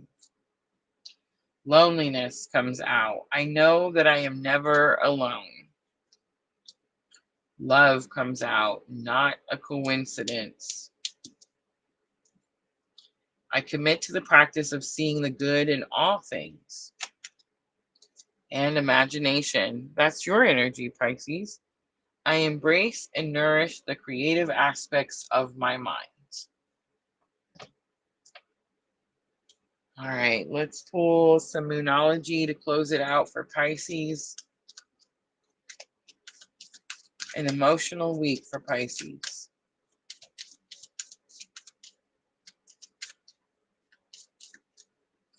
Surrender to the divine. It's the full moon. A personal issue reaches a resolution. It's full moon in Cancer. And this is my absolute favorite, Pisces. This is the card that says everything is going to be okay. It's the blue moon. Believe in the impossible. All right, I'm going to leave it right there. Hold your vision is on the bottom. I hope it was helpful, Pisces. If it was, tap that like button for me, guys. I know I forget to say all the time, but please do. I'm going to clean up really quickly. We're going to move on to the earth signs.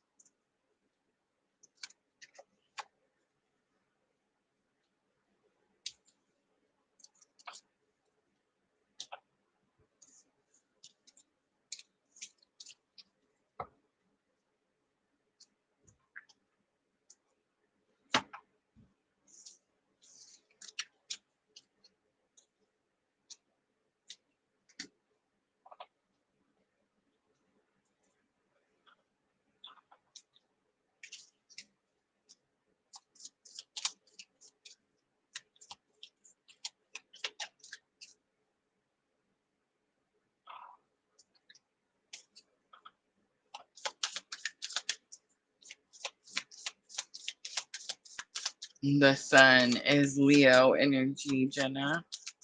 Love that.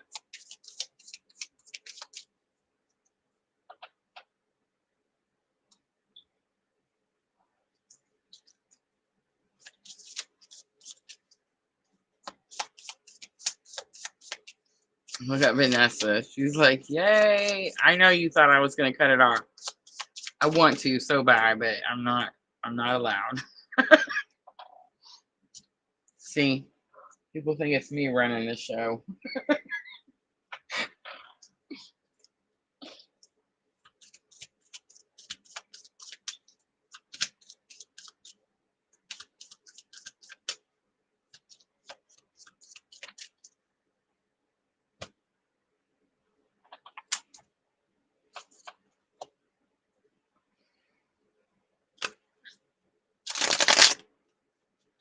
All right, I am going to swap the tarot out, though, for Triple Goddess Tarot.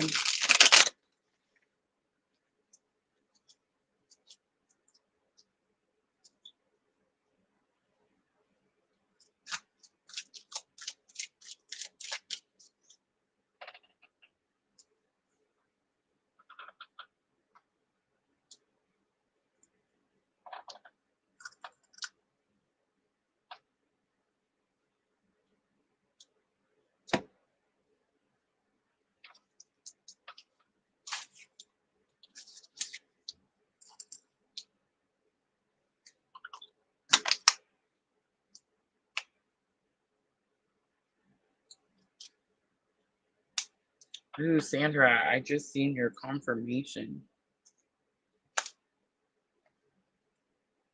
Super cool. All right, I'm almost ready.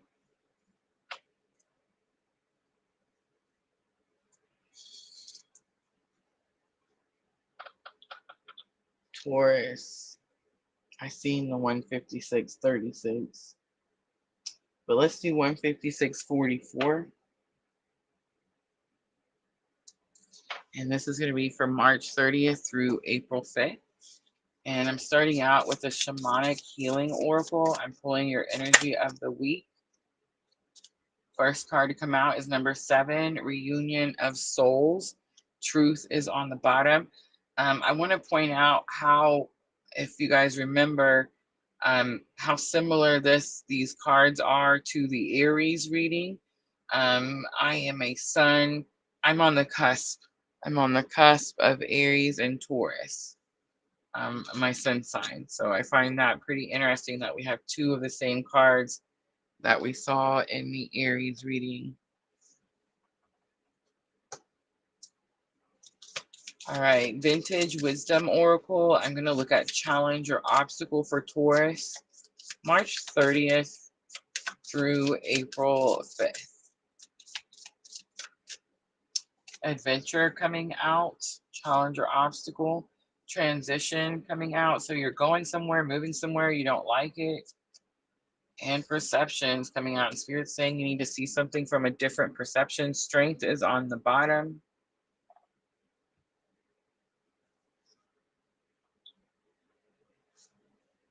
All right, there's going to be a reason that we had to swap out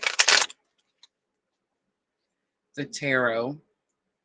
I was using regular Rider-Waite, but we're now using Triple Goddess Tarot. A lot of times, so most tarot is based off Rider-Waite Tarot. But each set is going to be creative and individual to the person that created the deck, right? And each set has something, like there's 2 full cards in Triple Goddess Tarot, right? So it's a little different than regular Rider-Waite, which only has 1 full card, right? So when Spirit tells me, Rosa, you got to grab this one, it's because there's going to be a special card in this set that isn't in regular Rider-Waite. Does that make sense? All right, let's see if we find out what it is.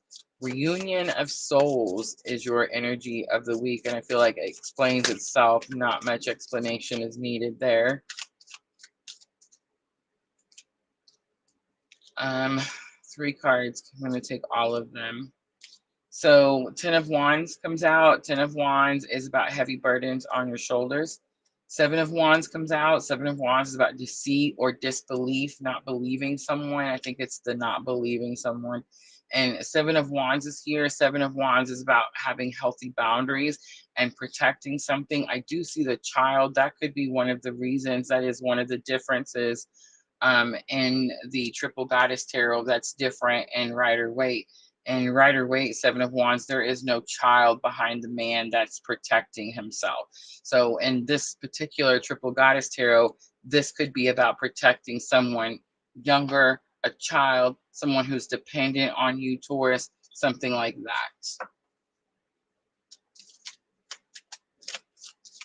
that. The Seven of Wands could also be about leveling up. It could also be about you could be making some type of move, Taurus, and you need to keep some information to yourself in order to protect something that is young or fragile or dependent on you, Taurus. All right, adventure is your challenge or obstacle. We have the King of Wands.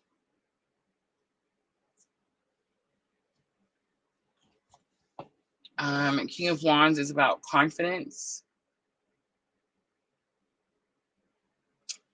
It's about taking passionate action.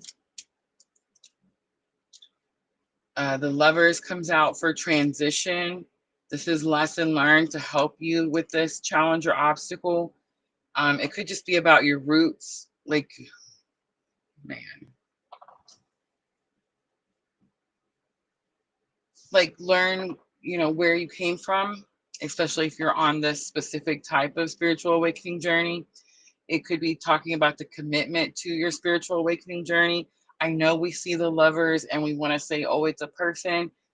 For some of you, Taurus, it could be, but the actual meaning of the Lovers is when we learn to heal and love ourselves. But it could be that you're making a commitment to someone, Taurus. You're going through a transition where you're making this commitment. And then perception is how you see something. And Four of Swords is here. Four of Swords is a healing period, but it's also blessing and disguise. So something is happening this week where you're taking some type of action, going on some adventure, going to some place. It could have something to do with twin flame journey. And I feel like you're hesitant, you're fearful of it. Maybe you don't know why it's happening. And Spirit is saying blessing in disguise. Three of Wands was on the bottom. Three of Wands is about taking action towards your future.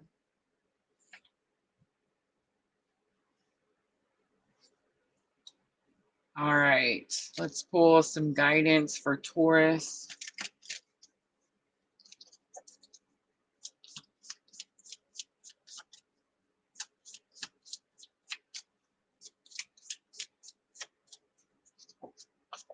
Self-esteem comes out. I possess gifts of the soul that benefit me and others. Death comes out. I'm learning that endings are merely beginnings. I do feel that there is some type of ending. And friendship comes out. I understand that a friend is in my life for a reason. On the bottom is the freedom card. I possess the power and the free will to create my own happiness. I love that card.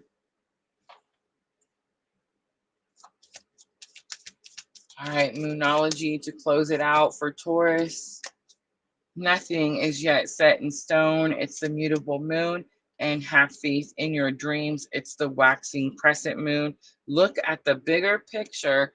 Full moon in Sagittarius is on the bottom, and you got the perception card. Remember, see something from a different perception. The bigger picture is that this is a blessing in disguise. All right, I'm going to leave it right there, Taurus. I hope that reading was helpful.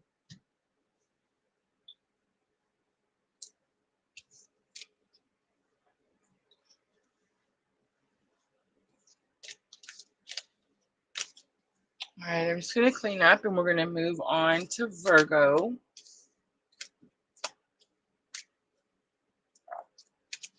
So where is Virgo for you?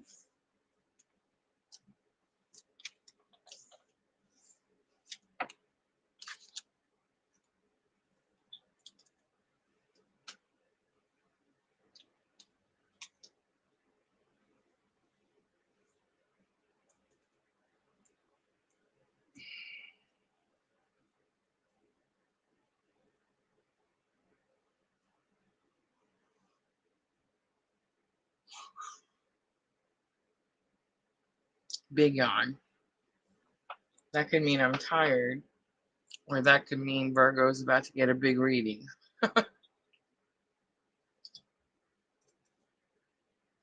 I have North Node in Virgo. Jenna has Virgo rising and Venus in Virgo.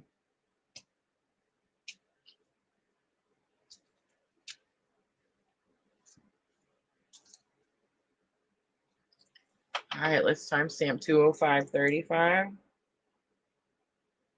Clock those fives. All right, Virgo, this is for March 30th through April 5th. So the fives are definitely sticking out now. Fives represent change. Change. All right, Virgo, let's get energy of the week from the Shamanic Healing Oracle.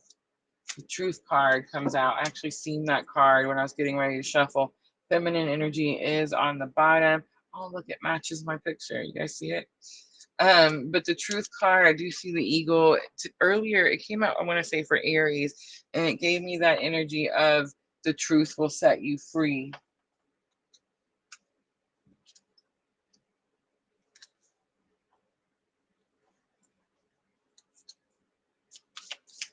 All right, Vintage Wisdom Oracle. I'm going to look at the challenge or obstacle. Virgo. Wisdom comes out. Lesson learned to help you with that challenge or obstacle. We have thought. And outcome, we have centering. You're overthinking something, Virgo. You're causing yourself excess stress. You need to ground yourself. You need to implement what you've learned. New beginnings is on the bottom.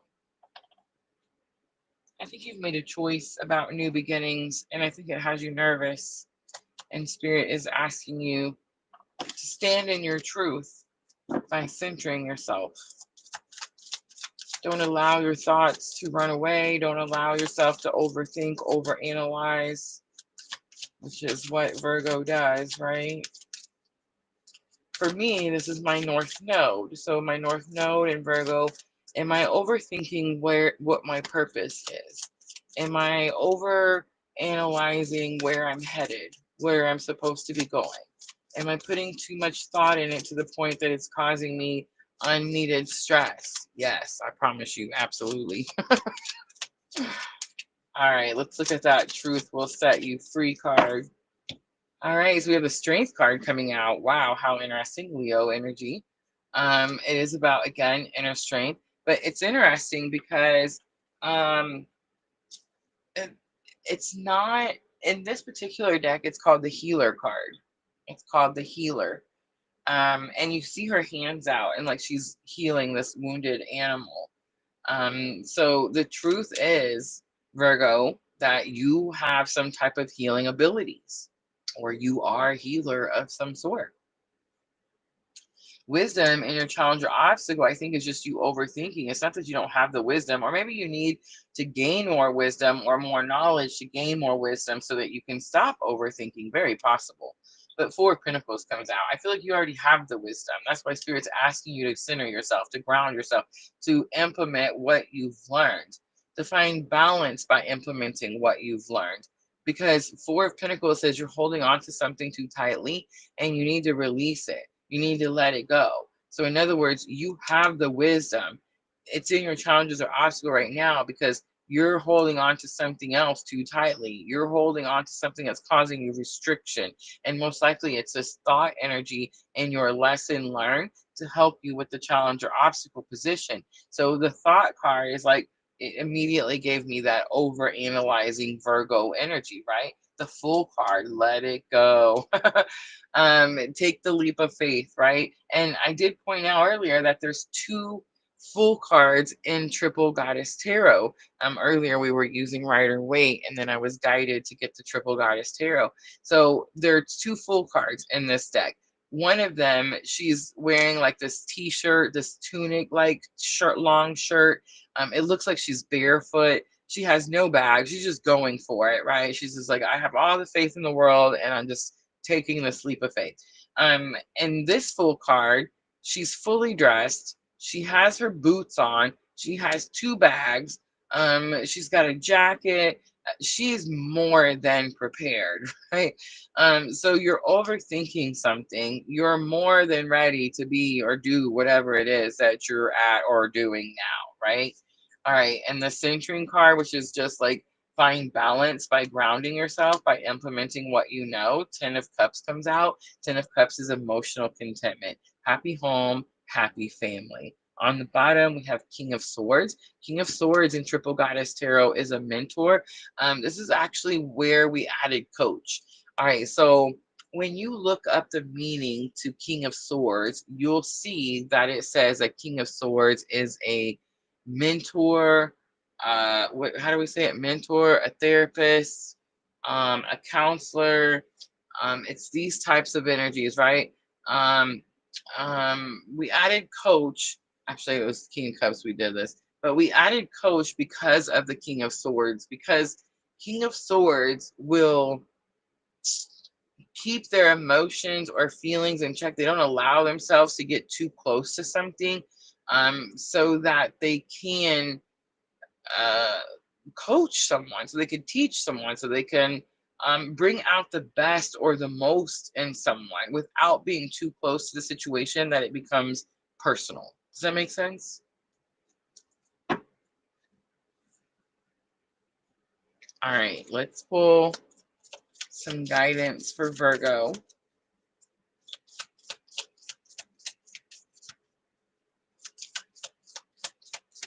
I think it's possible you were too close to a situation, Virgo, and you struggled to release something, to let something go that was causing you resistance.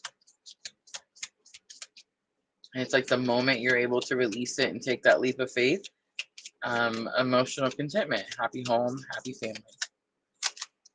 Guidance is courage again, so courage coming out strong. I find the inner strength to face fear with confidence.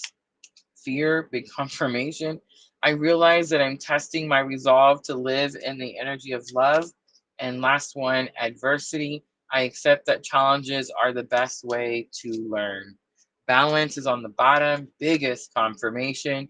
It says, I bring a state of perfect harmony into my world, and I do so without judgment.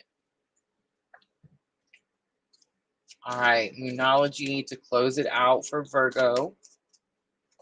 This is going to help with your thoughts and emotions. I feel like you're overthinking something for sure, but it's causing you to be a little emotional. I wouldn't say a little, it's causing you to be very emotional. And I don't mean like emotional as in crying or happy or anything. It's emotional as in challenges such as fear and lack of courage. Don't let your past hold you back. It's the South Node. The end of a tough cycle approaches. Full moon in Capricorn. Capricorn is next. And there it is. Emotions are running high. It's the super moon. On the bottom, look at the bigger picture. Full moon in Sagittarius. All right, I'm going to leave that right there, Virgo. I hope that reading was helpful. I'm going to clean up really quickly, and then we're going to jump to Capricorn.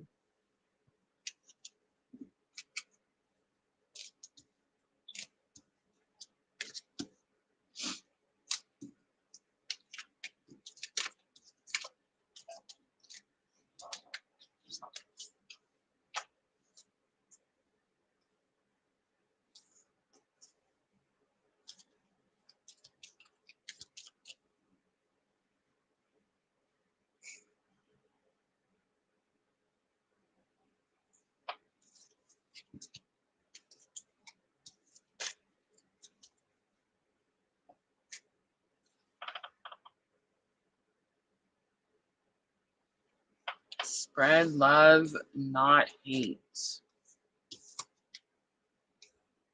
No hate. Love the name.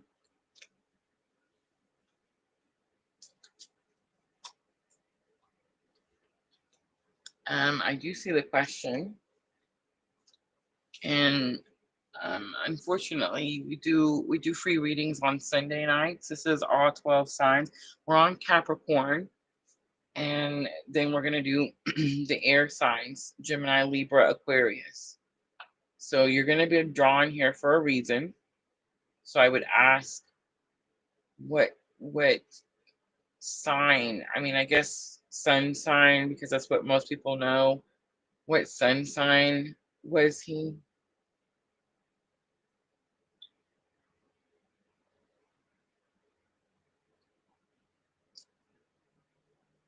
All right. Let's get started with Capricorn 21522 because I seen it. So the twos are going to be significant. I keep forgetting to put the camera back. All right, Capricorn, this is going to be for March 30th through April 5th. March 30th through April 5th. I'm going to start out Shamanic Healing Oracle for your energy of the week.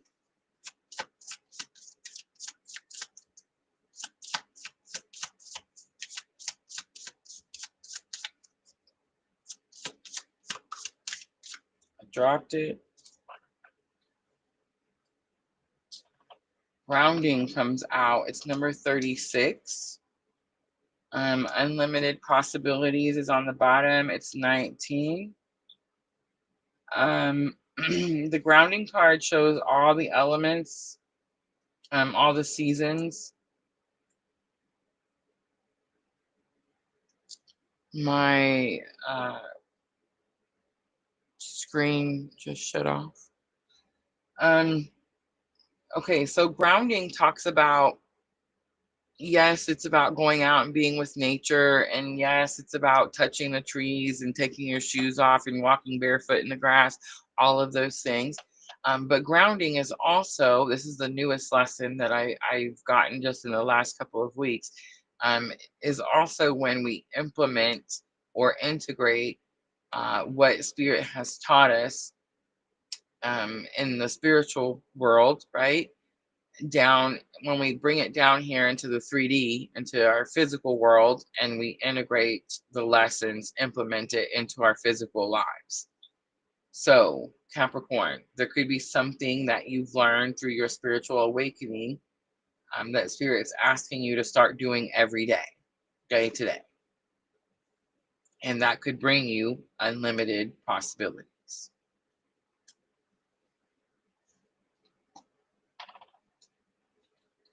All right, Vintage Wisdom Oracle. Let's look at your challenge or obstacle.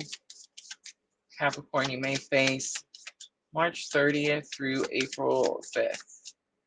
Innocence comes out. That card's been coming out a lot for us tonight. Innocence reminds me of Six of Cups energy. It could say a reunion is your challenge or obstacle. Someone from your past could reemerge.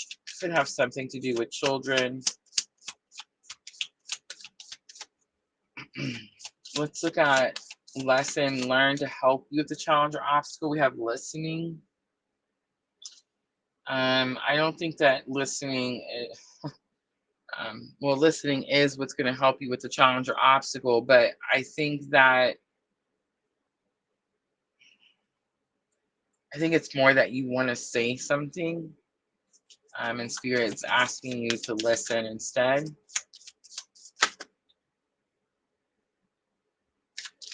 Strength card comes out. This has also come out several times. I'm so glad to see the protection card. So whatever it is that you're worried about or stressed about, Capricorn, highly protected, highly protected. On the bottom, we do have the shadow self. Let's talk about the shadow self. The shadow self may be needed, Capricorn, this week. So I actually just went through the lessons of the shadow self, and it is where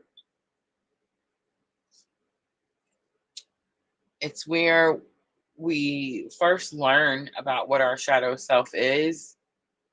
Then we learn to love and forgive ourselves for not using that energy wisely. Then we learn to use the energy wisely, right? Your shadow self is what protects you. You can tune into this energy when you need to stand up for yourself, when you need to fight for something you believe in. when you feel like someone is attacking you or what's yours.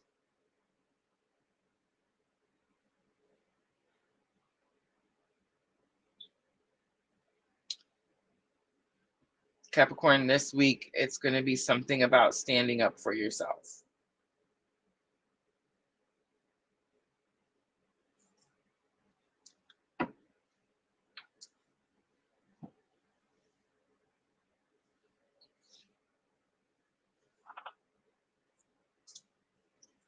All right, let's do Triple Goddess Tarot. We'll clarify a little.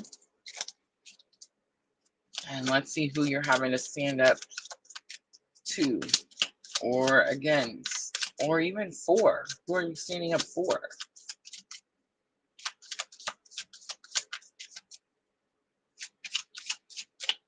All right, let's start with the grounding card.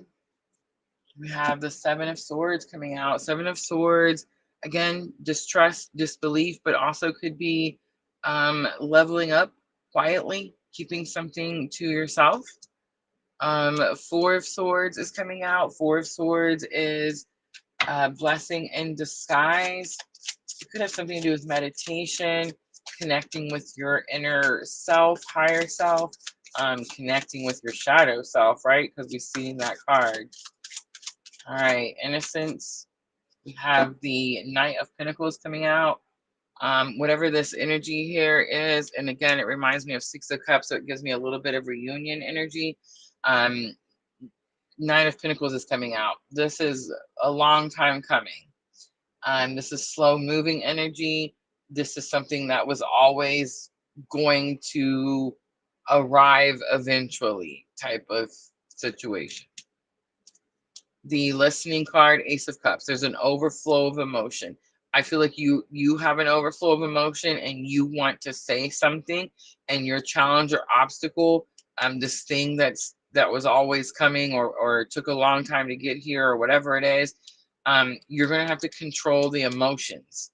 You're gonna have to control the emotions, and maybe you control those emotions by listening. Again, I don't think it's necessarily listening. It's just not over speaking or not over saying something like that. The outcome is the Strength card. It does say that you're going to have to dig deep. It's inner strength, but the Protection card also came out. And then, of course, we have the King of Pentacles coming out. King of Pentacles is responsibility. Again, protection. King of Pentacles is a masculine energy, and it is the protect and provide king, right? That's what it does with its pentacles. It protects its people and it provides it for its people, the King of Pentacles. I feel like this week you're just going to have to be responsible. You're going to have to be dependable. I see she's writing in a book. Maybe you've taken notes and you need to go back to those notes.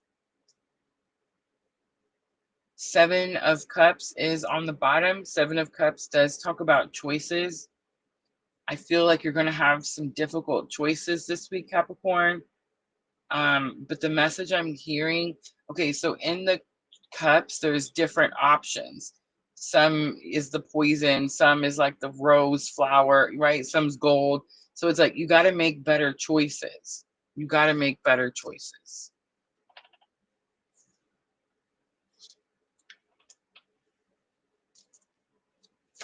All right, Moonology to close it out for Capricorn.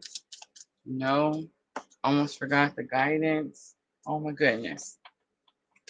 Poor Capricorn. All right, here we go. The Soul's Journey by James Van Praagh.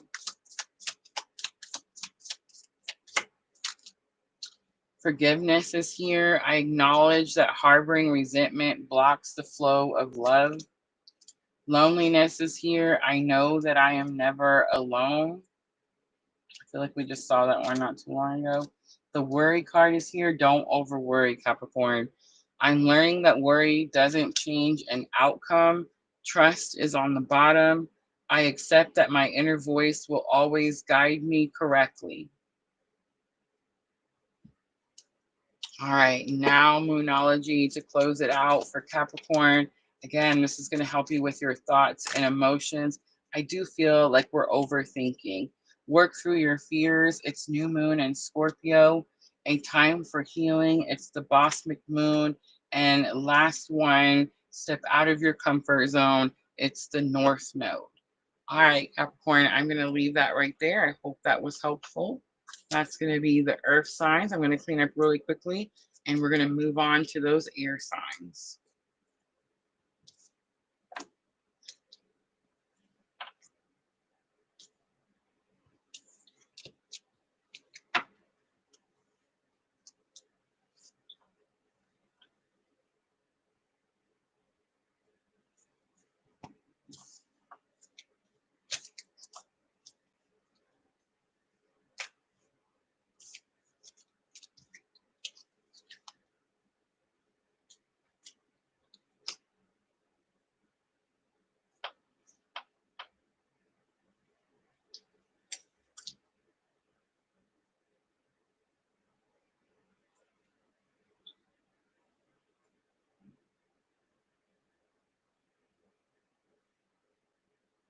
We got Gemini, Libra, and Aquarius left.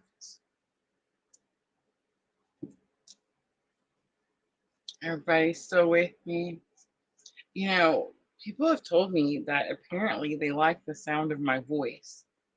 And apparently, sometimes it helps them, at the end of the day when they're cozy in their bed and getting ready to go to sleep, because we do come on later on at night. And then we're on for 3 hours.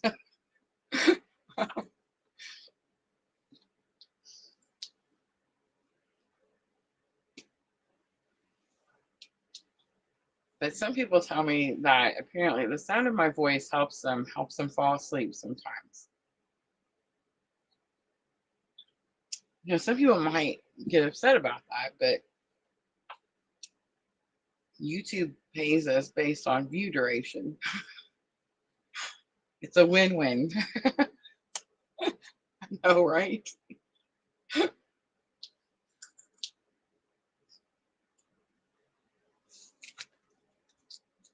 right. Gemini 22744. So Gemini, this is going to be for March 30th through April 5th. And I'm using the Shamanic Healing Oracle for your energy of the week.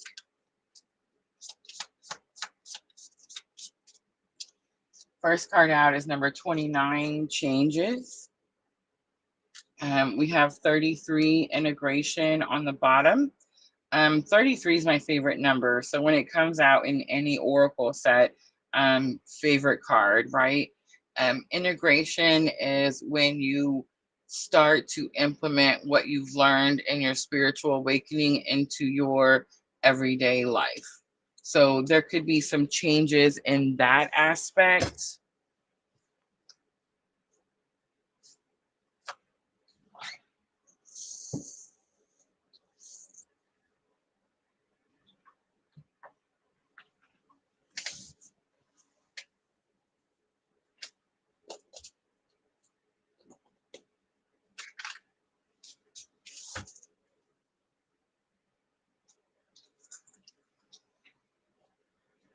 I got this slow but steady card. I dropped it just now. I had to pick it up. Slow but steady.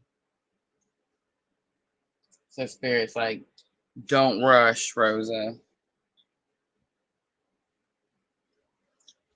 All right. 29 Changes is the energy of the week for Gemini. Let's look at challenge or obstacle.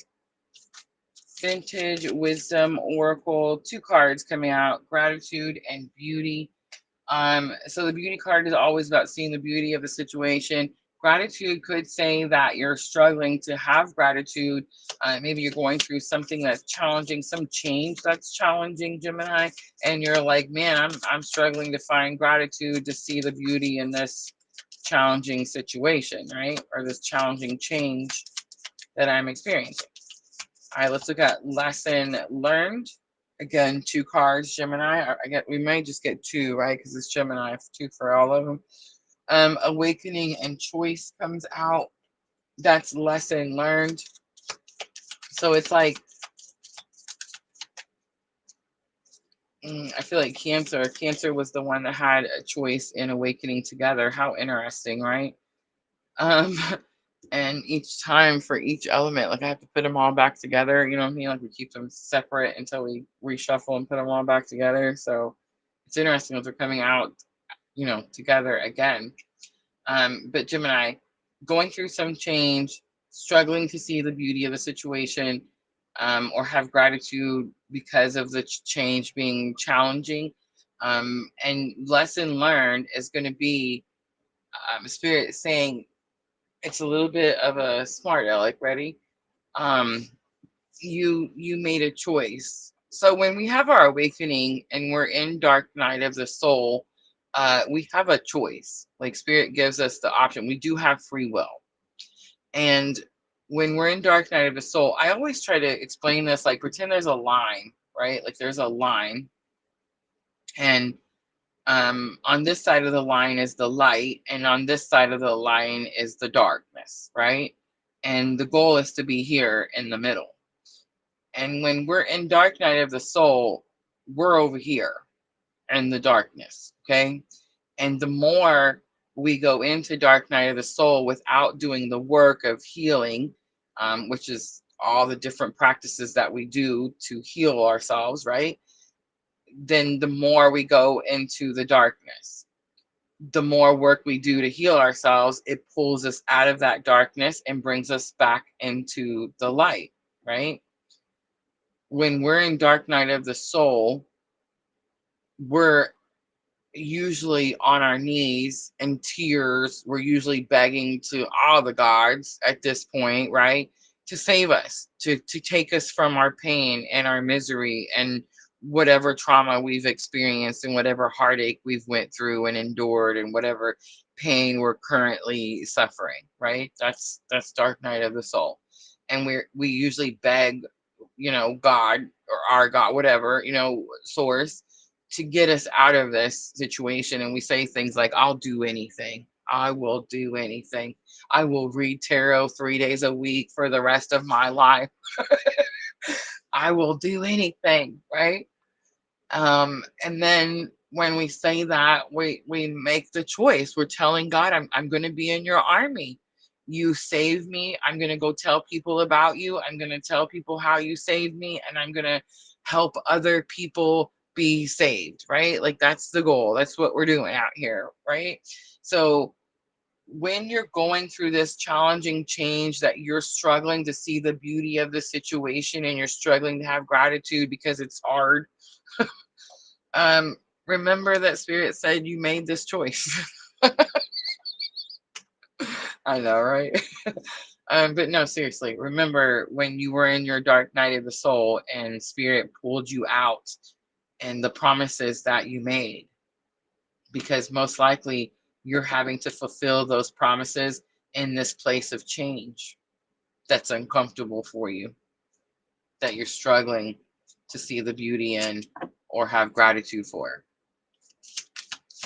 All right, let's get the outcome. Only one card came out. It was love. I feel like I'm supposed to pull 2. I mean, we've already done 2, 2, and 2. That one fell out, and then 2 came out by itself. You see that? I'm going to take the 2 that came out by itself. Sanctuary and kindred spirits is here. The love card, overall energy, right? Sanctuary, finding a sacred space. I feel like you have a sanctuary, and Spirit saying your outcome is that when you're in this frustration, you're going to go to your sanctuary. You're going to go to your safe space. Kindred spirits is here as well. It could have something to do with spiritual connection, twin flame journey, of course, all of those things. Hope is on the bottom. I recently just made a new safe room. I chose to move and come back to where I was closer to my friends and family, and of course my job, my summer job. And so Um,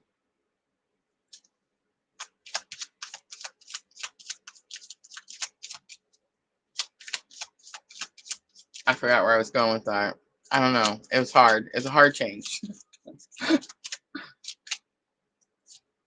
All right, so the mentor card comes out. It's actually the Hierophant card, but it's the mentor card and triple goddess tarot. I'm also seeing Judgment, the Scorpio card. I'm going to take that as well because I felt that whatever you're doing that is uncomfortable for you is your calling, is your purpose. Spirit saved you, you made a choice, and that's why you're in this uncomfortable place, right? Because it's your purpose, it's your calling, and that's what Judgment means. I also see the Three of Cups coming out. Three of Cups is soul tribe, soul family. It's about gathering soul family and soul tribe. It could just say that this is what's going to bring you the peace of mind or the strength that's needed as you're going through and you're following your purpose in this challenging situation. Kindred spirits and sanctuary. Nine of Swords is coming out here. I do see the World card, which is about new opportunities. There's something about anxiety or feeling overwhelmed, and it's like that's coming to an end. You're stepping into this more powerful role, this more leadership role, and it is going to have something to do with the new opportunities that are coming because you're following your purpose. You could be helping other people that struggle with things like depression and anxiety and these types of things, again, because you also dealt with them. But I feel like if you feel these energies start to like resurface, spirit's asking you to go into your sanctuary, into your sacred space, right? Into your safe room. That's what I was gonna say. I call it the safe room. I recently came back, and I made we decorated not decorate. What is this called? It's not construction, not reconstruction. I don't know. We just worked on this room and remodeled it. That's it. We remodeled it. Vanessa says you have a unique voice. I guess. I guess. I've never been a fan of it myself. All right, Gemini, here's the guidance. The doubt card comes out. I release the need to know all the answers. The health card comes out. I will honor the physical vessel that enshrines my soul. And the patience card comes out. I accept that everything happens in divine order. All right, let's pull Moonology to close it out for Gemini.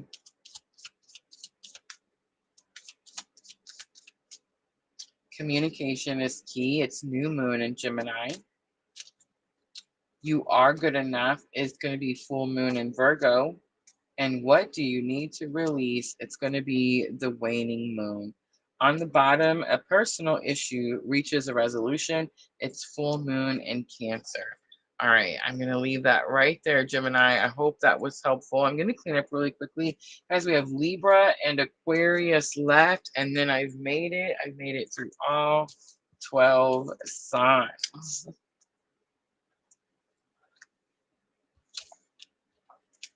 I'm not going to be working as much this summer as I did last summer because I don't want to like overdo and burn myself out like I did last summer. So, and my schedule may change soon. My personal schedule. So it's very possible. I mean, I don't want to jump the gun, but it's very possible that we will end up breaking the um all 12 signs up into elements, which is how we did it originally and how I like doing them. And I just feel like makes it a lot easier. I feel like I can spend more time on each individual sign that way. And it's looking, again, I don't want to make any promises, but it's looking like in the near future, we may be able to go back to the elements. And I'm super excited about that.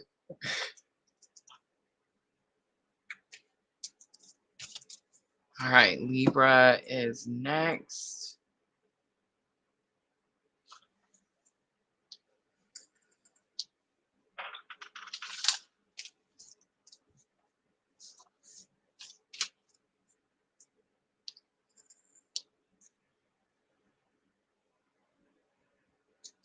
right, 24004.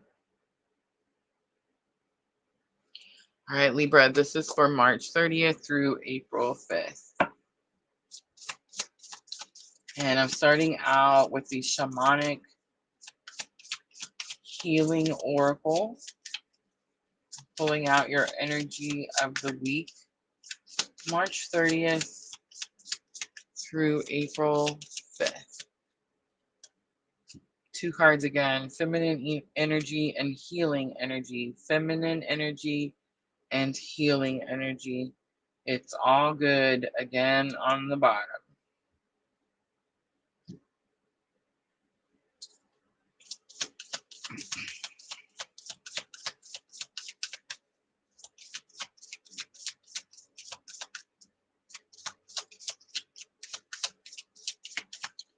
Well, Libra,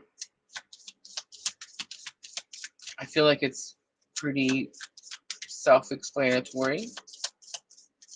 Number 17 and number 20. The number can be significant, 1720. But you're healing. You're healing your feminine energy. You're finding balance. Most likely I'm talking to a Libra that's had to fight for everything, right? And so when you're having to fight for everything, you're in your masculine energy. You're in that protect and provide energy. So it's like now it's time for you to balance that feminine energy out. Heal the feminine energy. Heal what causes you to have to be in your masculine energy so much. Challenge or obstacle, balance, big confirmation there. Reflection comes out as lesson learned, and divine timing comes out for the outcome. Intuition is on the bottom. Libra, whatever is happening, you knew it was happening. You had the intuition, you knew it was coming, all the things.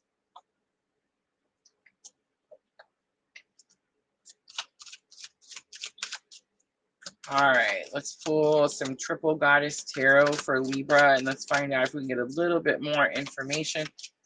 The feminine energy that is healing. This is your main energy for the week. Wow, we have King of Cups coming out. Counselor, mentor, therapist, coach. It's getting control of your emotions. Getting control of your emotions. The balance card. You could be dealing. King of Cups is my clue card for divine masculine. You could be dealing with a masculine energy that's causing your emotions to be a certain way.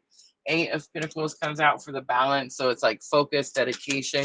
Someone is distracting you, Libra. Someone is distracting you. Reflection is lesson learned. It has something to do with that mirror that you see in the picture. Nine of Wands is here. Nine of Swords. Nine of Swords speaks on anxiety. Someone could be causing. I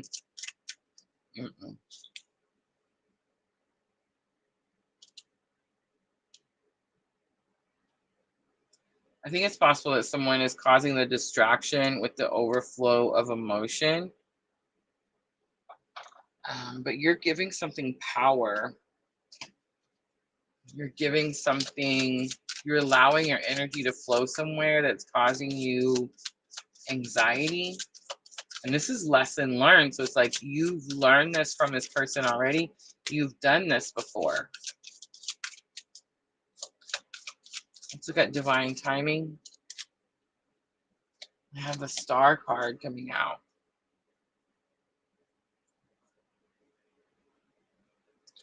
It's Temperance. It's not the Star. It's Temperance. Temperance is healing. Three of Wands is on the bottom. Three of Wands is about taking action towards your future. I think that's what's happening. I think you're having to take some action, and maybe it's more than you wanted. Maybe you didn't know you were going to have to leave or go somewhere. Maybe you didn't know it was going to be so far or so long, something like this. But it's like you're almost to something that you've been worried about for a long time. And I'm definitely feeling, Libra, like something is causing you a distraction.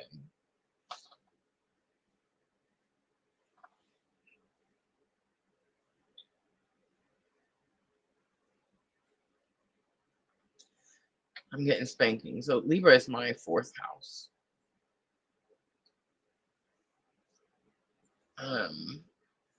My fourth house is roots. Where you come from. And some people, correlate like their home, their everyday home.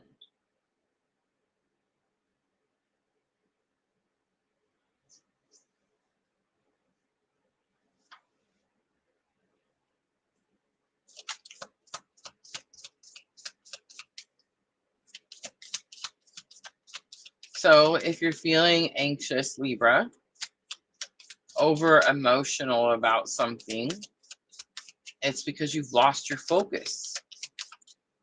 Maybe you need to be more dedicated to your work, to your purpose, to your job, to your career. That's that Eight of Pentacles. And I feel like that's what's going to bring the healing that's needed. But it's slowing something, some distraction is slowing down the healing process. All right, let's look at guidance for Libra. Humor. I choose to focus on the lighter side of life. I love that. Peace. I am a being of love and I release all negative energy. Love that too. And surrender coming out again. I feel like it came out all night long, right? I can release my need to control. All right, let's do Moonology to close it out for Libra.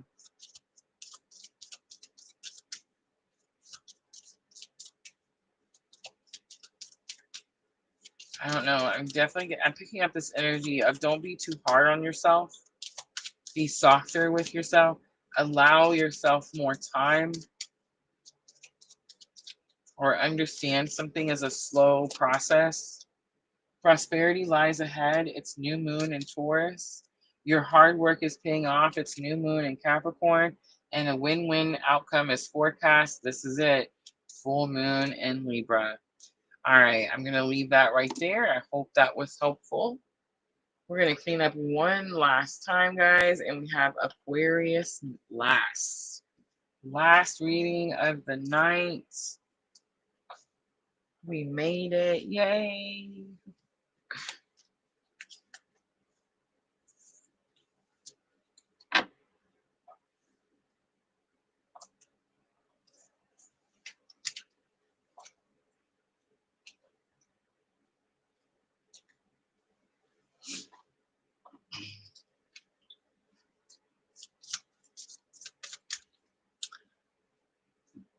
Aquarius is my eighth house. Eighth house. Death, mystery, sex, all those taboo subjects.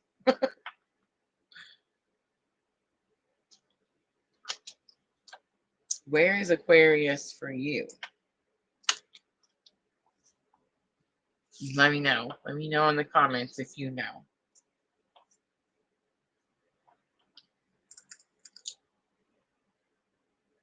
Jenna says, I have a Saturn and Jupiter conjunction in Libra, second house. Nice. Super easy. Ready? Follow the rules and you get lucky. Assets too. So you've had a lot of good luck in material things. I wouldn't say that things have been handed to you. That's Saturn says they're not handed to you, but if you work hard, you have a lot of good luck. You get good things.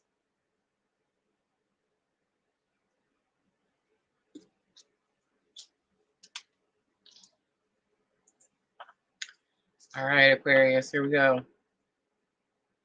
Let's do 249.33.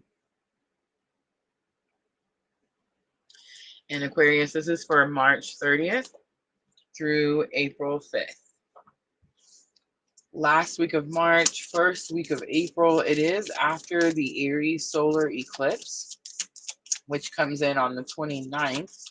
I'm actually live streaming this on the 25th, so we still have a few days before the 29th. Let's see, energy after, the week after. How is the Aries solar eclipse going to treat Aquarius? We have anger coming out. Number 28, I see a B. And number 39, creativity. Well, if you feel like you're struggling with anger or frustration, Spirit's asking you to channel it through creativity. I do find it interesting that this particular creativity card is showing 3 cups.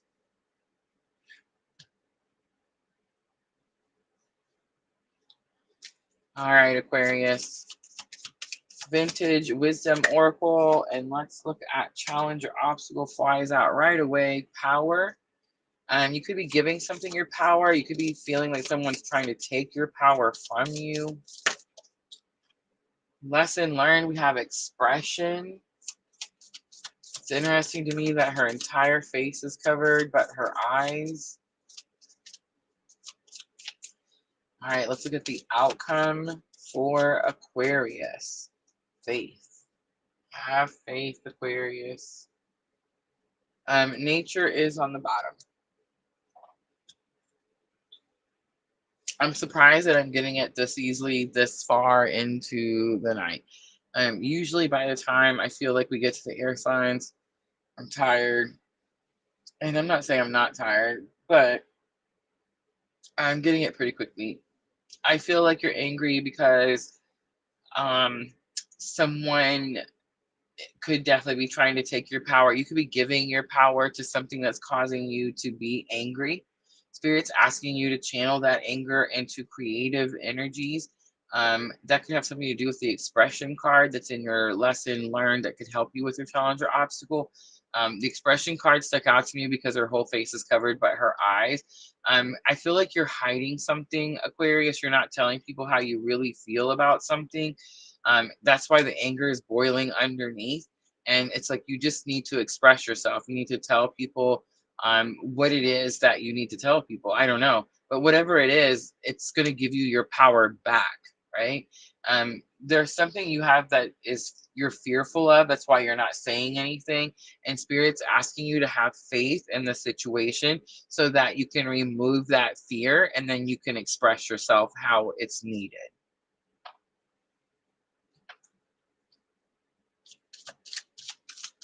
All right, let's look at the anger card. Energy of the week. 9 of Wands comes out on its own. Again, anxiety, depression. Something's causing you to stay in bed. And that thing that's causing you to stay in bed is what's making you angry. All right, let's look at the power card. What are you giving your power to? 9 of Cups is here. Divine wishes being granted. Your wishes are not being granted. That's why it's in your challenges or obstacle. And you've been waiting a long time. You've been waiting a long time. You've been taking care of something very well for a long time. You see the 9 cups and she's buffing, she's shining the cups, she's waxing she's making them all clean and shiny. So it's like there's something, this thing that you've been giving all your energy or all your power to, you've been taking very good care of that thing. But it's in your challenge or obstacle. So it's like it's taking your power, it's causing you a problem. Expression, Ace of Wands is here. Ace of Wands is fate, destiny. So it's like whatever you say, however you express yourself, which I feel like is something that's very possible that like you just learned how to do this week because I feel like you've been hiding it and not saying it for a minute. It's like this is fate. It's destiny. It's destined to happen. It was supposed to happen this way, that type of thing. And then the faith card, we have the Emperor coming out. That's that Aries energy. Again, this could have something to do with that Aries solar eclipse energy. I felt it right before we started talking about your reading. And the Emperor is the most powerful card in tarot. So you're definitely taking your power back from someone who caused you a lot of anxiety, a lot of angst, a lot of worry. You're going to start to express yourself and what it is that you truly want very, very soon, right? Queen of Wands on the bottom. Be confident. Be confident in your abilities. All right, let's pull some guidance for Aquarius.